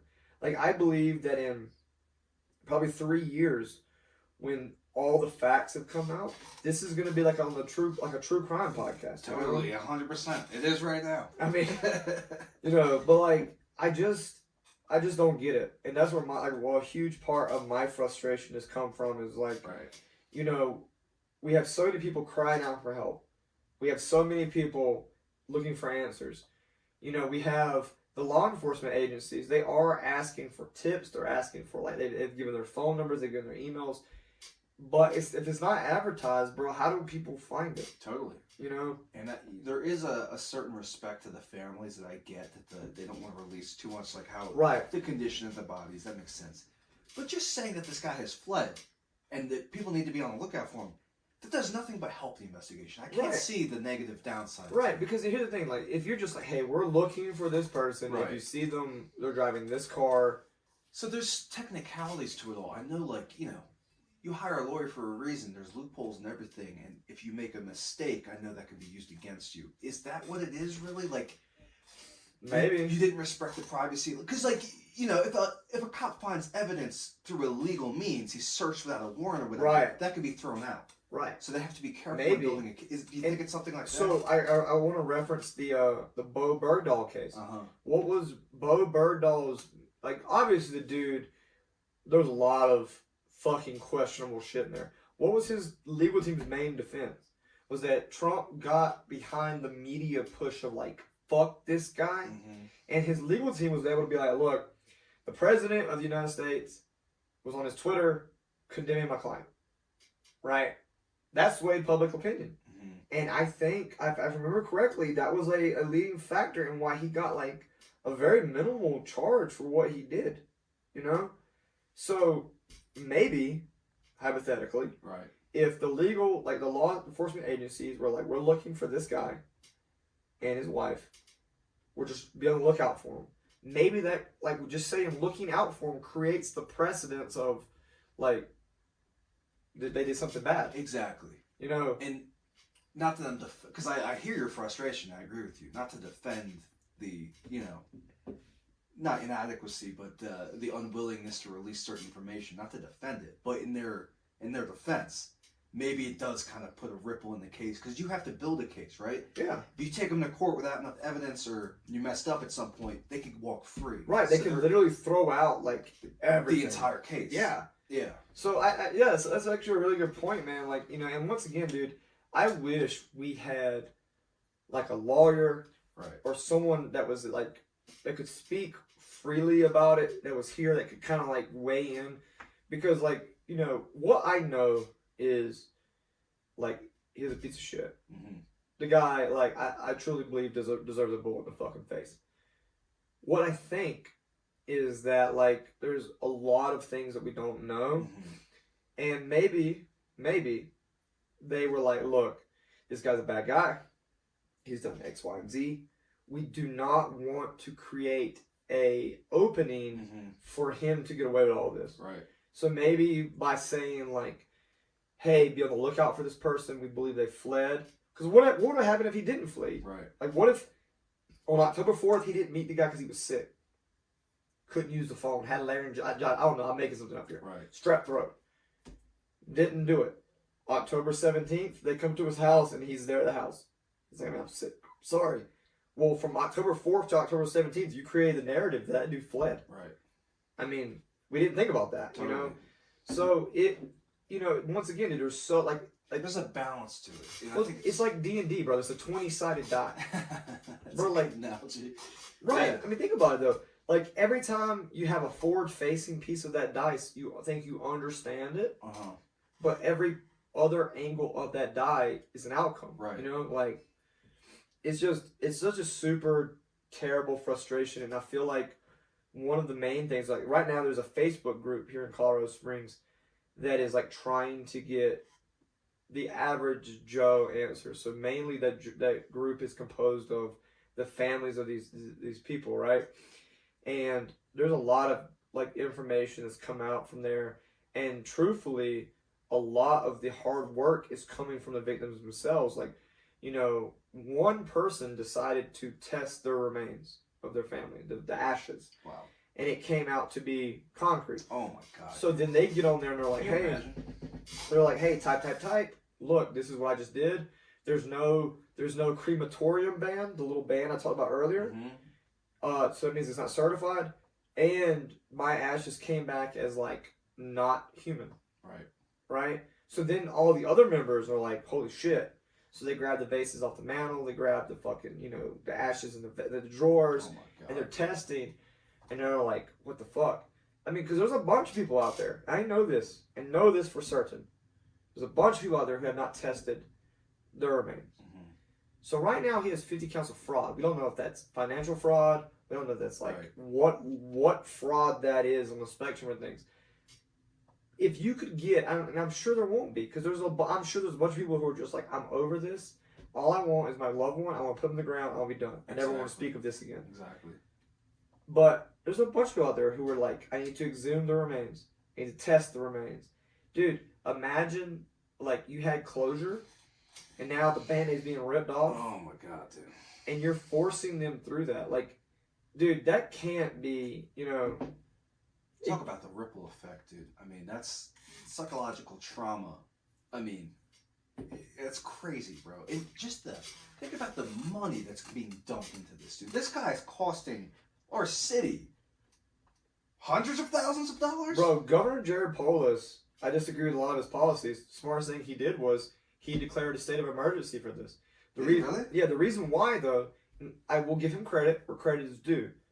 He did it because it opens up, a state of emergency labeling opens up avenues of funding. Oh, I see. Right. So, like, these people are like, yo, we got to get these ashes tested. We got to get this tested. Like, a lot of families are having to call into this line and get registered for DNA testing. So, another thing is a lot of the people who are on the fringe of this that are the direct relatives of the people involved, are not in state. Like about half are. Mm-hmm. So now you're talking about money to get them here. Oh my God. Because now you got to pay for their DNA testing. Mm-hmm. This is a legal thing. So they're going to fly here. They may pay for it initially, but they're going to get reimbursed. So when Governor Polis was like, yo, we got to do state of emergency, I think it was an extremely smart thing.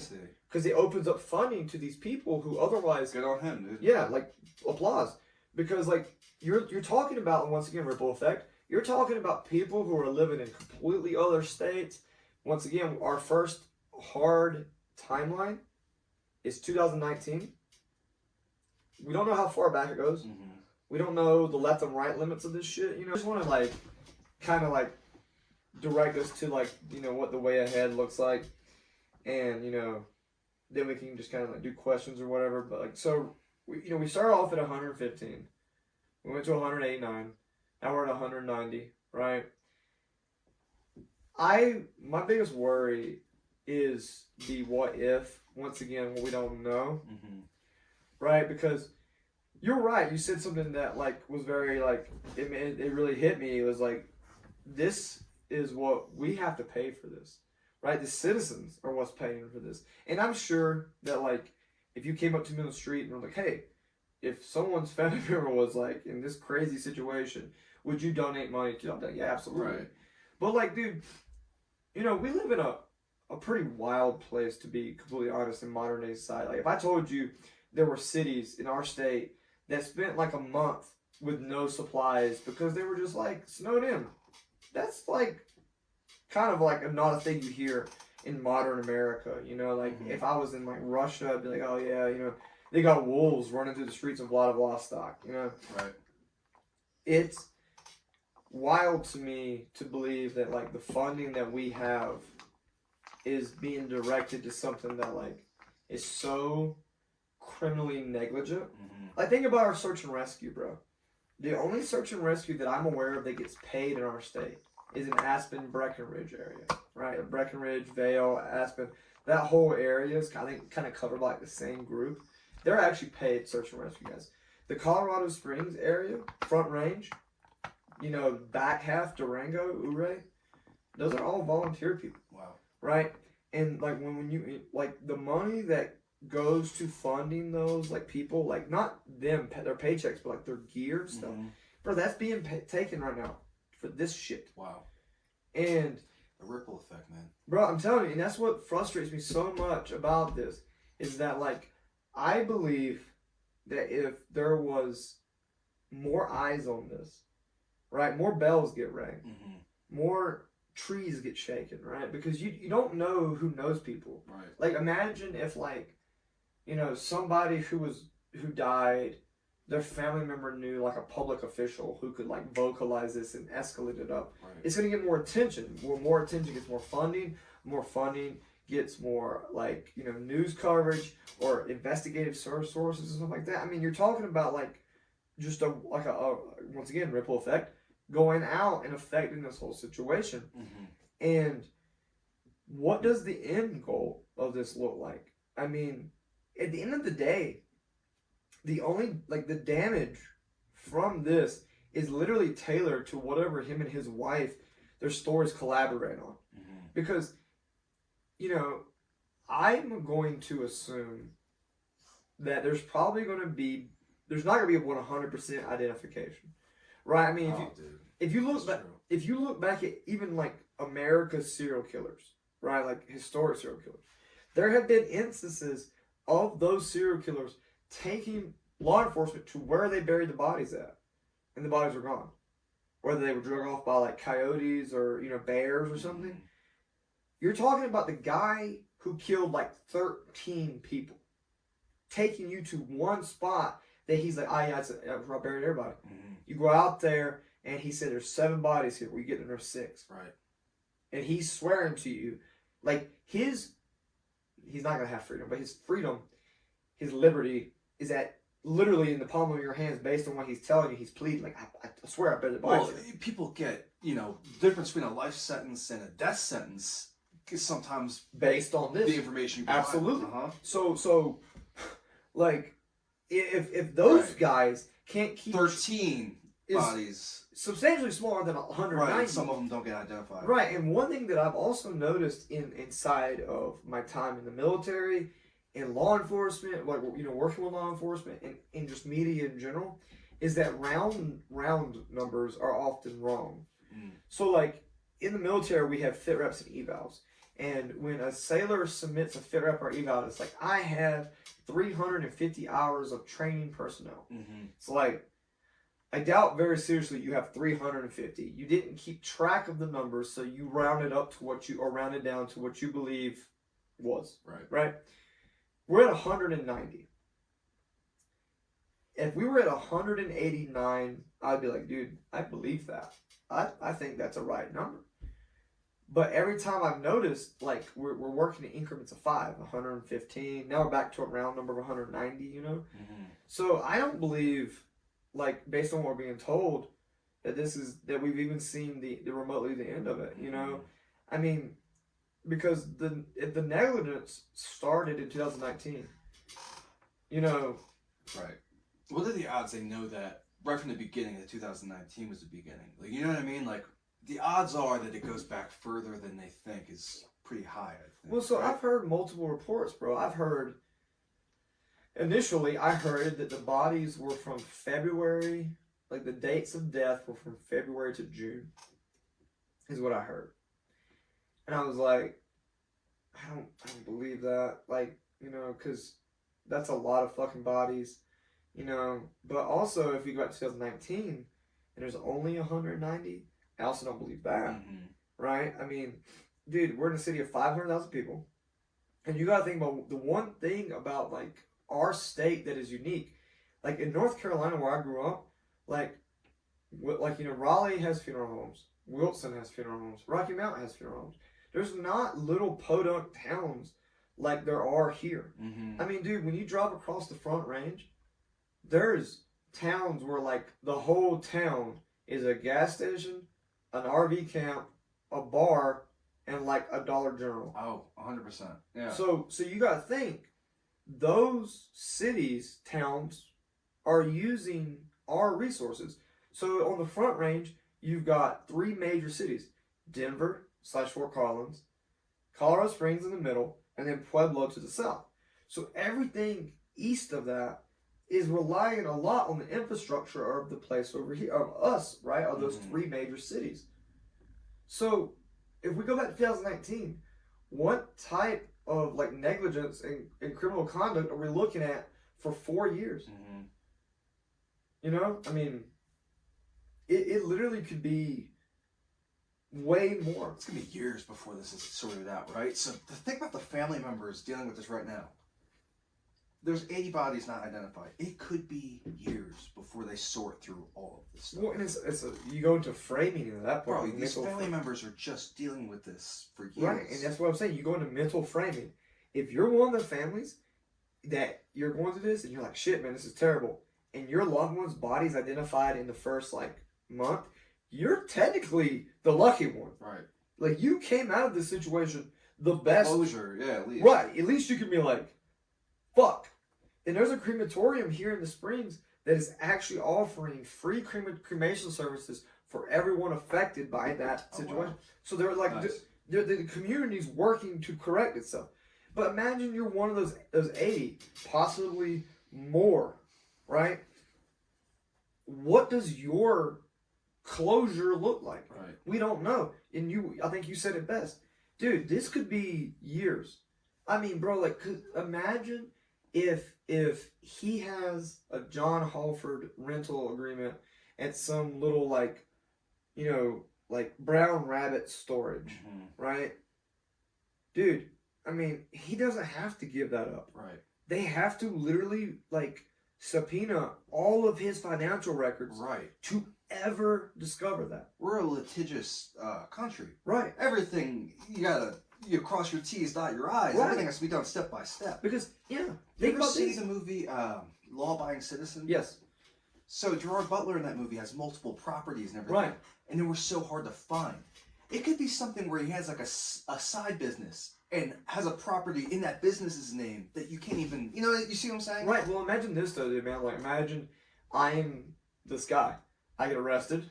and I'm fairly cooperating with you, and I've got a storage unit, and I pay auto deduction every month, right, to the storage unit. Well, unless they subpoena all of my financial records, they'll never know I even have that storage unit. And let's pretend I was getting military retirement, or I don't know, man, I stashed away $5,000 in my checking account, right? In Virginia, a storage unit, a large storage unit, is like mine was $48 a month. How long can I be behind bars, hands off, for $48 a month out of $5,000? Dude, that's years.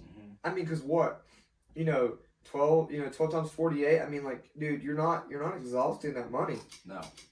You're not exhausting it fast at all. Right. And so, if he has that, like, what are we talking about here? And he still has rights as a citizen, despite him being a Right. criminal now and being, he's under arrest. He still has rights. Right. So you still have to go through all these processes to have access to his financial records. Right. All of that is time and money by the state and our county. And like, one major thing about this case is that the wife was like the financial like person, I'm not gonna say financier because she wasn't paying him for certain things, but like a lot of the debt and stuff is leveraged in her name. Right. Right? So that's a split right there. Right. I mean, because John can have assets, she can have assets, Return of Nature can have assets. Right. Like you said, a sub business can have assets. Absolutely. I mean, because like what was one of the things about like when they were like going after Trump was like he had all these businesses and they needed the records of every business. Well, every business had to be treated as its own organization, and you couldn't just go like, give me all of Trump's financial records, blanket statement. It was Trump, this company, this company, this company. Each business, each is like a person. LLC each corporation is treated as an individual. So that individual has rights. Right, and that's where it gets fucking crazy. And it blows me away, dude, that like this is happening. Right, this is happening. Laura, like we're just not like once again we're just not advertising it.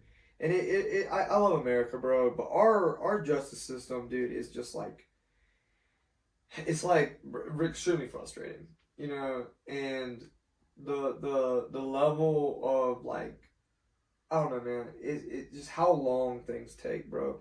I mean, like you look at someone who's like these really bad pedophile cases. It's like it should be very open and shut, and then it drags on for a year. And this isn't that. This has like 3 to 5 to 1,000 levels of litigation and evidence that we have to go through. And I don't know, man. It's like where does this end? What does closure look like? Short of then find the bodies and tell them like the person like this is done and this is over with. I don't know, man. But there's people that have been on death row since the 80s or 90s, and they still haven't been put to death because of all the legal steps that have to be taken for all this stuff. And appeal, you can appeal everything. You can appeal your appeal. Right. So you're just can appeal constantly the appeal. appealing. Right. It keeps you, like I said, it's been 30 years people have been on, death row. And I get it because there's like those random cases where like the dude was like in the wrong place at the wrong time. Exactly. He gets accused, and then like 30 years later, dude, this technology comes out that's like, yeah, like we can do color matching. This DNA where that wasn't available back then. This isn't the right color shirt in this video, or the DNA matching, And now this dude who has been an innocent man for 30 years has been lost his life. He gets retribution. I fucking love that. Right. But it's like this is a very, I think, black and white case. Right. You're the business owner. The employees were you, the woman, and a young person. There's no one really at fault here other than you. Right? We know that. But you still have to go through the steps. Right. But a bunch of gremlins didn't put the bodies in that building. Right. A bunch of gremlins didn't create fake cremation certificates. A bunch of gremlins or people didn't make the ground concrete, like, I can go on. So the problem is, so I'm a big fan of ancient history. I love Roman history. The problem with having an emperor is a lot of the times you didn't get a guy with the correct morals to be in that spot. Sometimes you did, and the good thing about that is that you can cut through the red tape. Mm-hmm. There is no, in a democracy, everything has to go in steps, and you have to follow the proper procedures. But levels, yeah. Right. If you have a guy that can just say, an emperor, he can cut through the red tape. And if he's a good guy, if you had an emperor running Colorado, he'd be like, this guy needs to be in jail right now in a prison. And you can have that. The problem is that a lot of times you get an emperor that's not, so you can't give him all that power. But now you got to cut through the red tape to go through a process. And the red tape can take forever because, bro, I was reading about this one Caesar, and I forget what his name was, but he was a dude. He was very young, and he was fucking crazy. And he used to dress up as a woman and go, like, hook up with dudes as, like, a woman. Caligula? No, I don't know if it was, I don't think it was him, because Caligula's, like, a very big name. But, like, one time he held a gladiatorial event, and the gladiatorial event actually wasn't a spectacle. He had, like, his guard release venomous snakes into the crowd with all the doors barred, and the snakes were just biting people, and that was what his entertainment was. And eventually some senators, like, stabbed him. But, like, he used to appoint people to, like, positions based on their dick size. Like, he would have dudes come in and be like, strip down naked for me. And if you got, like, a tiny dick, he was like, you're the fucking sanitation guy. You got a big old hog. He's like, you know what, man? You sound like a sec death to me, bro. Like, I was like, Jesus Christ. Personal bodyguard. Personal bodyguard, bro. But it was crazy, dude. And I'm like, this guy, I think he was in power for like 3 years. And it was his grandmother that actually ordered him to be killed. Oh. Elagabalus you're talking about. Yeah. Yeah, like. He was a young boy. Yeah. Yes. Yeah, and like I said, dude, just imagine, like, the president of the United States, the president of, Russia, the prime minister of fucking China, dressing up as a chick, going to go fuck dudes, and like, you're just some John on the street trying to hook up with a prostitute, and that's the leader of your country? Who's to say that doesn't happen today, Cody? I mean, if Joe Biden can pull that off, bro, good on him. Like, I mean, Jeffrey Epstein had an island of pedophiles going for 20 years. I mean, bro, like, crazy shit happens underneath the scenes, as evidenced by this case that I wouldn't know about living in this city if it wasn't for you. Dude, I mean, like, yeah, absolutely, but it's just like the fact that this was the leader of Rome, and he was just like basically like tying bed sheets together, sneaking out the window at night while the Praetorian Guard is like out front of his door, just fucking like, I'm gonna die for this. I'm willing to die for this man, And then this dude that you're willing to die for is like drag queen cross-dressing, just fucking random dudes. Is the craziest. It's the craziest thing. So I think you're talking about Elagabalus, and he had a rider, like one of his chariot, drivers or whatever. I forget his name, but he loved the emperor, loved to be called his queen. So, like, whatever his name was, the rider, Cyrus or whatever. He loved to be called Cyrus's queen. Like, this guy was from the East, and he would wear makeup and shit where that was, like, fashionable. And he comes to the Western Rome, this teenage boy, dude. Yeah, he would like to be called the queen and shit. And the Romans were a very patriarchal society. Yeah. They're like, yo, this guy's gotta go. So they assassinated him. Bro, like, I just think that shit's wild. It is wild. Like, and I agree with you, man. Like, the American system, I like to think it's cool. Because, in theory, we've all got a chance. Mm-hmm. We've definitely seen how money talks, bro. I mean, like, look at these, the Danny Masterson trial was actually, it gave me a lot of faith back in the system. Because, dude, this is a guy who was on The Ranch, right? A show that was, like, the #1 show on Netflix for years. You're talking about that 70s show. A guy who had money. And the people that he raped actually won, and now he's going to go to prison, which is fucking great for those women, Right. But 9 times out of 10, I mean, look, once again, you brought up Epstein's Island, dude. We're not allowed to even see that list. That court case wasn't televised. Like, Bro, Epstein didn't kill himself, and we all know it. dude, But we are all of us that know this, are going to die without ever hearing anything else about it. It's just going to get buried. well, I look at the theory, Occam's razor, Right. right? Occam's razor is the theory that, like, the most logical solution is the solution, right? Mhm. And you're telling me that the most valuable witness, arguably in human history, right? Like, we're talking about, like, the belief that the royal family of Great Britain, the presidents, plural, of the United States, literally every power in the world that mattered was going to an island and, like, having sex with kids. This guy, he's in a cell with everybody else. The camera cuts out randomly, and he hangs himself. What was the security guard or something? Like, went to the bathroom? Yeah, bro, and it's just so, like, it's like, dude, like, this is like the most half-assed excuse, like, Half-assed. Doesn't even, like, describe it, bro. right? They don't even get... Whoever killed Epstein, probably Hillary Clinton. Probably. They don't even give a fuck. They're like, yeah... He'll die. This is probably going to be like a thing. People are going to question it. But it's going to die out eventually. And then we're just going to move on with our lives. Yeah. This guy was murdered in his jail cell. Yeah. The camera didn't work. The security guard happened to go to the... Everything points to, yeah, this guy was clearly off. Dude, and, like, one thing that I do find interesting is that, like, he died of hanging himself, which indicates, like, a broken neck, right? Well, dude, I mean, like, right. You can break necks and then put someone in a fucking, noose. I mean, dude, like, I remember this one case from a while back. Basically, this dude, he broke this guy's neck, right?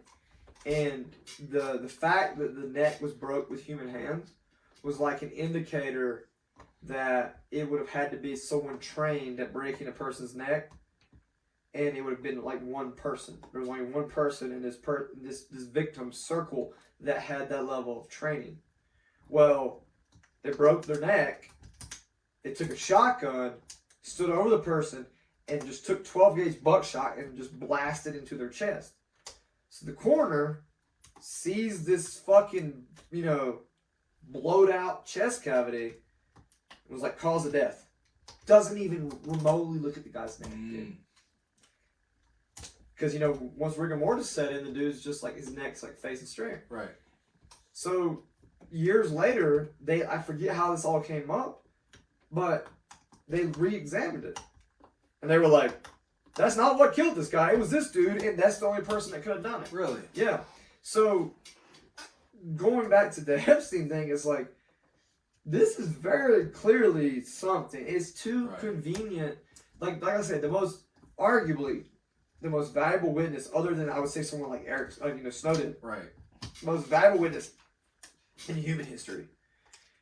He's put in a non-protective situation, right? A witness of that value should have been put, like, isolation, multiple layers of guards. And he had already tried to kill himself, too. Yeah. Like that, he had a failed suicide attempt or whatever. And somehow that wasn't on video either. That was also, somehow the cameras weren't working. You don't take any extra precautions after that? And everybody knows it, Cody. Everybody knows that he didn't kill himself, but we're all just have to fucking swallow this pill. I just don't get, the one thing that I don't get is that if you look at the reasons for the list of Epstein's Island, right? Why? Like, if you read the reasons as to why we can't see it, they don't make sense. If you read it, it's like, like blah blah blah, redacted, blah blah blah. And I'm like, that's not a reason. Mm-hmm. Like to me, a reason would be like for example, I do know that when it comes to children, if a child, like, you can't release the name of a child. So, for example, a guy rapes a small child. You can say John Doe raped a minor, can't give their name. Right. But obviously, minors are not the patrons going to Epstein's Island. Mm-hmm. So why are they that? Like, why is that list being protected? So that to me is fucking crazy. Like, there's been no arrests outside of the Epstein. right. Like his wife was arrested, but nobody that could have went to the island and engaged in these activities. Nobody. There's a list. They know, right? Who has been to this island and what has been done. It's all been so covered up. How deep does this go, bro? There's at every level. It feels like there's people being paid off, down to that prison guard, bro. You don't go to the bathroom at the same time that the cameras don't work. At the same time, it's got that's some like what's that show? Prison Break. Yeah. Where the guys get the fucking map on the back. Right. How like things just lined up. Like, dude, I'll put it this way. I had a person in my life accuse me of something. They worked at a tier 1 organization that very mainstream media, but I can't really say. I was able to do a fire request to prove that person was lying, right? To a tier 1 organization, right? Stuff that other than just being their name in the news, you don't know anything about. But I could do that with them, right? We can do fire requests for UFO shit, right? You can't do a fire request for this. You can't get anything. And it's just like when something is too convenient, it is exactly that. Right. It's too convenient. And going with this whole red tape thing, our legal system, I love that you got a shot. Right. But it creates like you said, how far down the rabbit hole are people being paid off? Because you gotta think, man, that camera not to work, more than likely got unplugged. And they would plug back in. Right? How much did you pay that person to go plug the camera in, unplug it, plug it back in, and go to the bathroom? Right? How much did you have to pay just the personnel to keep that client list out of public record? Think about that. The flight attendants, the people at the airport. If I see fucking Bill Clinton coming through my airline, I'm going to remember that, right? They all have to take planes like we all. And this was when he was Wild Bill. Right. This was not Bill Clinton who, was staring at Ivanka Trump. He's old. He's, all riddled with, that video is so good. Where Hillary catches him. But this isn't him. This is Right. Party Bill. This is Wild Bill. Even if it's a private jet, there's a pilot that you're paying to take you there. There are so many people that had to be involved with this Epstein Island thing, bro. And nothing. There's been nothing to come out. Well, my thing is this, too, though, bro. Imagine you're, the pilot, a stewardess, or something. Okay? And you don't really know what you're doing. You could believe... truthfully, the pilot and the stewardesses could believe that this is a vacation spot, a private vacation spot. There's a lot of security on the island, so your global elite can come and actually relax, right? I'm spitballing here. But years later, it comes out that this was what it was. What do they have on you or over you or through you that knowing what is known now, you're still not coming forward? Right. Because, dude, they correct me if I'm wrong. Jamie, pull that up. Jamie. But they had an interview with one of the stewardesses about how they were like, what did you notice? Did you not notice these young girls? Right. This was in the news. I'm not making this up. I do remember it. But they were it was something about how she wouldn't, the stewardess wouldn't comment on it or wouldn't go. I don't know if it was a stewardess, but I know somebody was asked and they were like, yeah, I did notice a lot of young girls there. Yeah. A lot of teenage girls, but, for whatever reason, the questions weren't asked or eyebrows weren't raised. I don't really know. I don't know if that's the same thing you were referring to, but I know. Yeah, there was something, but I specifically remember there being something with one of the airline stewards, and they couldn't get her to talk really, because her name was released. I think that's how it came up. Okay. This has been so long ago, dude. It's hard for me to remember, but I seem to remember that. That's something very vivid in my mind was that she she was like a registered airline stewardess because they found her on a flight manifest. Right. And they found her through like, just like tracing things. And they're like, tell us about the flights. And she kind of said what you said, which was like, there were young girls, a lot of global elite, but like, right. for whatever reason, this, that, and the other, And bro, like, see, like the world is so much crazier than we realize, dude. Like, it goes so deep. You always hear like Alex Jones saying crazy shit. A lot of the shit he says is true. Well, this goes so deep. Think about how many, all the underage girls, what were their parents doing? Like, my daughter's been gone for a month. Living at this, wherever she's at. Because that does happen, where famous people hit up girls on Instagram. Mm-hmm. Dan Bilzerian hit up a girl in high school, bro. I know a kid that went to high school with his girlfriend. So, Dan Bilzerian ends up dating this 18-year-old from high school. I have a friend, the high school is called CB East, Central Bucks East. I have a friend that went to school with her. Dan Bilzerian hit this girl up while she was in high school. DM'd her, and obviously he's rich, so she ends up traveling the world. Right, with that summer, right out of high school. What the fuck? If I'm that girl's father, I'm like, no, you're not going with this guy, dude. Like, yeah, but that shit does happen. Yeah. And so there's families involved with this, bro. There's so many layers, dude. You can't even like wrap your head around it. Dude, it's just wild to me that like there's so many like holes and everything, Mm-hmm. Like, I don't know, man. I guess if all these girls were like from some Eastern Bloc country, maybe it makes it easier. But we don't know anything about them because they were minors at the time, right? So all their information's protected, and it's just like, what is this? Right. And if you remember too, when all of this broke, you had a bunch of like CEOs resign. Like there was literally a list of like 36 major companies that were like, their CEOs were just like, I mean, like the guy who owns Tinder, whole bunch of fucking companies were just like, I'm gonna step away from the company now. Like that's not coincidence, bro. And Alex Jones, the thing is, he talks crazy too. So even if he's saying something that's true, we say, "Oh, there's an island full of pedophiles. People are gonna having sex there." Like, it's hard to believe anything he says. But he talks about the pedophilia ring in Hollywood. Everybody dismisses him as crazy.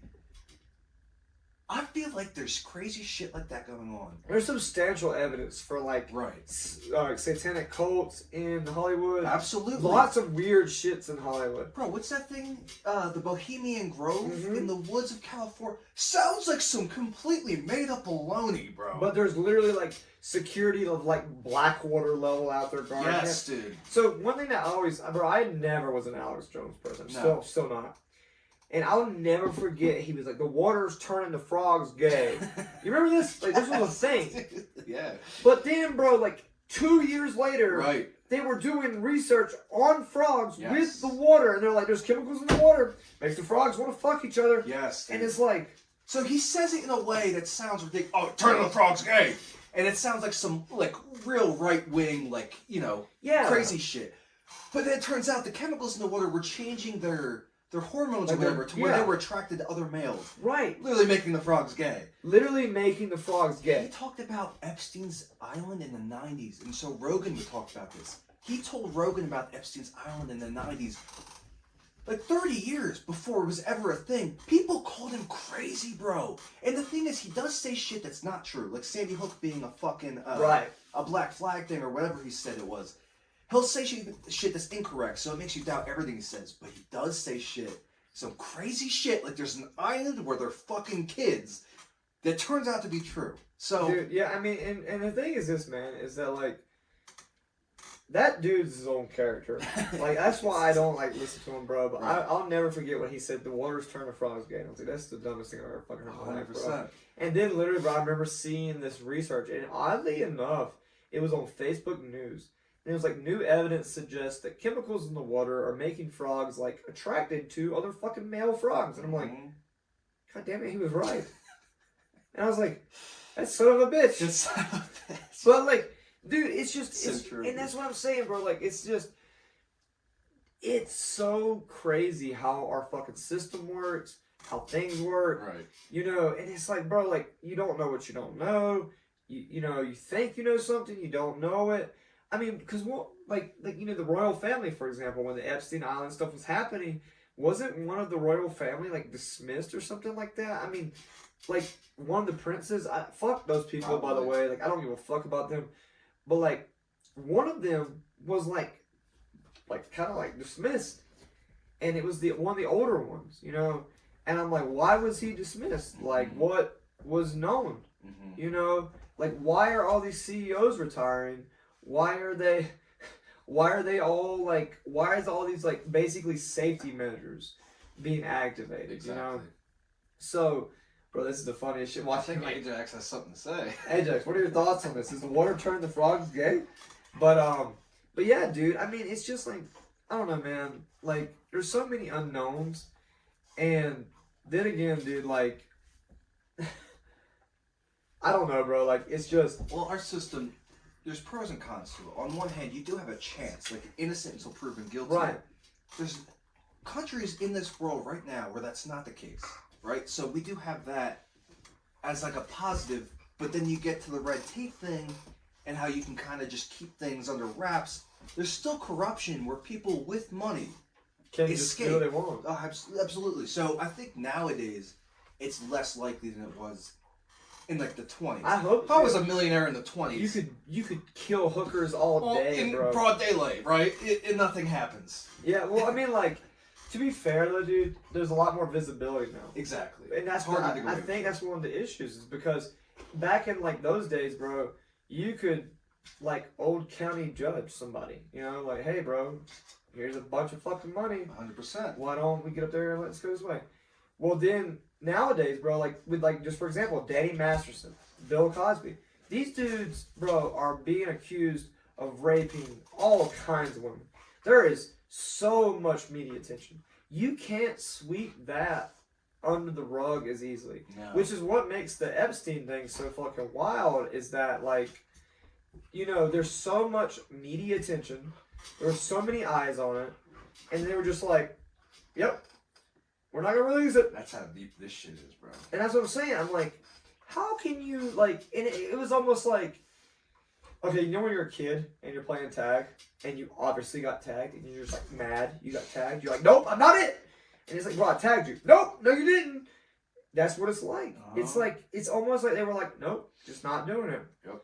And that's what's crazy about this whole thing, you know. And luckily for, you know, this like return to nature situation, there's no, I don't think there's a way he can do that. But once again, it goes into the whole like what are they willing to tell people? What are they not? Because that, like I said, dude, it gives you so much leverage. I mean, what happened to the so you remember there was Epstein, and then there was his handler, like the chick. What happened to her? Bro, we don't know what happened to her. Like the last time I heard, she was in like solitary confinement, supposedly. When was the last time you heard? She's the most valuable, once again, the most valuable witness on the planet. We don't know anything about her, dude. I know, man. You know? Well, dude, think about if the royal family was involved in the Epstein case and they knew they did. The amount of power and money that can be thrown at this, dude, to keep things quiet is probably staggering, dude. The royal family is a collection of wealth for hundreds of years, bro. I mean, they're fucking wealthy. That's the only power they have. They don't have actual power. Right. They're just wealthy as fuck. Yeah, they have like really, they're like a figurehead that, right, you know, just has a grip of harkens money. back to the old days, like whatever Yeah. the reason they keep their monarchy around. Right. They're just a rich ass family at this point. Well, I mean, like when I was in Iraq, dude, they made, what's the dude who's married to Meghan Markle? William? I don't fucking know their names. Yeah. Harry. Yo, they made that dude look like a fucking war hero. Like they had him out there shooting like a 46, and they had like the camera in front of him. He was shooting. He was shooting at a target, and then he had him run off to a helicopter. That was just like a base drill. It was scheduled all day. You know, so like you've got like levels of manipulation, you know, and I think that's what it comes down to with this. It's just that, like, you have the global elite, who I believe truly got caught. And for the first time, there was enough media attention that you couldn't get rid of it. Mm-hmm. Shit didn't add up, right? And the world, for the most part, was like, this doesn't make any fucking sense. Mm-hmm. So instead of trying to manipulate the situation, they were just like, we're taking our ball and we're going home. Screw you guys. And I'm going home. And that's what they did. Uh-huh. And literally, they were just like, we can't make this public. Sorry, it's just too sensitive. And now you're like, what am I supposed to do? Take that. Yeah, take that L. I mean, what can you do? What can you do? It's just crazy the levels of power. Like, what that can get you in this world, bro. Well, I just think the rules don't apply. Right, but I think it's crazy that you even go through, like, the charade of keeping up the appearance. Because think about it, bro. We had a trial before the Epstein Island stuff. We had trial, we had court cases, we had fact finding, and then when the customer list, the grand pumbaa of evidence was going to be brought forward, they were just like, we're not playing anymore. We can do this case behind closed doors with no media, with no evidence released, but we're not going to do it at all. Right. Like, why did they even go through the charade of it all? Like, dude, it's like a joke nowadays. Like, you know, whatever. Like, 3 things are promised in the world: death, taxes, and Epstein didn't kill himself. Like, everybody knows that, dude. But there's nothing any of us can do. The entire world knows Epstein didn't kill himself. But we just have to... It's like the whole China lab leak thing. We all know that the COVID-19 virus came from the Wuhan lab in China. Wait. You mean to tell me that a lab that was studying this virus, that was studying the way to make it more infectious, where the outbreak happened in the city, where the lab didn't have adequate safety procedures, where they have substantial evidence that the virus could have got out in the lab coat. You mean to tell me that virus got out that way? Well, I'm not saying that at all. If any, you're starting to sound like an alt-right, Cody. Bro, honestly, man, I'm so alt-right. You're kind of jumping to conclusions, I think. Jesus Christ. I think you should... Look, this is like a family podcast. Check my privilege. Seriously, you need to stop with all this conspiracy theory. I'm trying to stick to the facts here. But yes, but China will never admit it. We all know what the facts are, but China will never admit it. It's not like there's going to be any culpability. It's the same thing with the Epstein thing. We all know he didn't kill himself. We all know that there's some high-power people involved with this, but that's never going to come out. And we're all, Cody, in 50, 60, 100 years from now, when we're all on our deathbed dying, we're not going to know. And we're all just, this whole generation is just going to die. And then we're going to move past the Epstein thing, dude. That's exactly what's going to happen. Bro, I just hope that I can upload my consciousness into a digital environment and just keep it going, bro. Until the Epstein thing. I'll be someone's screensaver 50, 60 years from now. And be like, Epstein didn't kill him, you know, with like a little sign, bro, just popping up on the people's screens. I don't know, man. Like, I don't know. Like, I remember when the COVID shit happened, and like anybody who was like, it came from the lab, that you were told you were like a fucking conspiracy theorist. You would get fucking banned from Twitter. Yeah, we would ban you from Twitter. You know that YouTube will still ban you for speaking out. You serious? Yeah, YouTube will still actually ban you. Like, listen, bro. Like Joe Rogan and the guy I listen to, his name is Jack Spirko, they still have to edit their podcast with, like, if they want to be on YouTube. So, like, you know, until the Fauci files were revealed, there was like a stigma. If you said the virus came from a Wuhan lab, you were a conspiracy theorist. And then the Fauci files were released, and it was like Fauci funded that lab. They funded gain of function research. You know, the lab did not have proper decontamination procedures. And they had been, like, you know, written up, I think, twice before in the past for not having the proper safety procedures. And, anyways, man, I just want to bring it back one more time before we finish up. Dude, like, thank you for giving this opportunity, man, to, like, kind of get this shit out. I really just wanted, my whole point, you know, besides our diatribe on Epstein's Island, was just to kind of bring awareness to this, man, because, like, Right. I'm very fortunate that I don't have any family involved in this, but there's a lot of people who do, and like you said it best, dude. We have no fucking clue the timeline that this is going to, like, just keep multiplying to. All, like, the people who were able to identify their families in the beginning are the fortunate ones. And, like, what this looks like 3, 4, 5 years from now, who knows? Right. But the likelihood is gonna drag out that long. it has to. It has to. Right. I mean, Right. bro, our legal system moves so slow. But, you know, like, I just wanted to, like, put this back on the radar. You know, like, we had it on national news. It fell off. It's on local news. Right. But, you know, the more visibility something like this can get. Right. And what's his name again? What's this guy? John Halford. And what's his wife's name? Carrie Halford. John and Carrie Halford. Fuck them. Fuck them. And what's the name of the business? Return to Nature Funeral Home. Return to Nature Funeral Home. Fuck John and Carrie Halford and Return to Nature Funeral Home. Yeah, for sure. Fuck those guys. But yeah, I'm gonna clip this and have this as the main. You should. I mean, like, no, man, what they've done is terrible, and I think, like, that crematorium that is offering services, you know, I think they're doing the right way. Nice on that. The community has to fix this, dude. Like, because at the end of the day, dude, like, Governor Polis can exercise emergency funding, right? I think as a governor, like, I mean, that's the best thing he could have done. Totally. But, you know, nothing else is going to fix this. Like, the Facebook group that is working to, you know, broadcast information. If I had the name, I'd put it out here just to get it more visibility. But, you know, like, that's how we fix this. And just, like, continually pushing this forward. And that's, like, what I really wanted to do today was to, like, just bring some attention to these people, because there's a lot of families, bro. There's, at the very least, there's 80 families out there right now suffering with the unknown, right?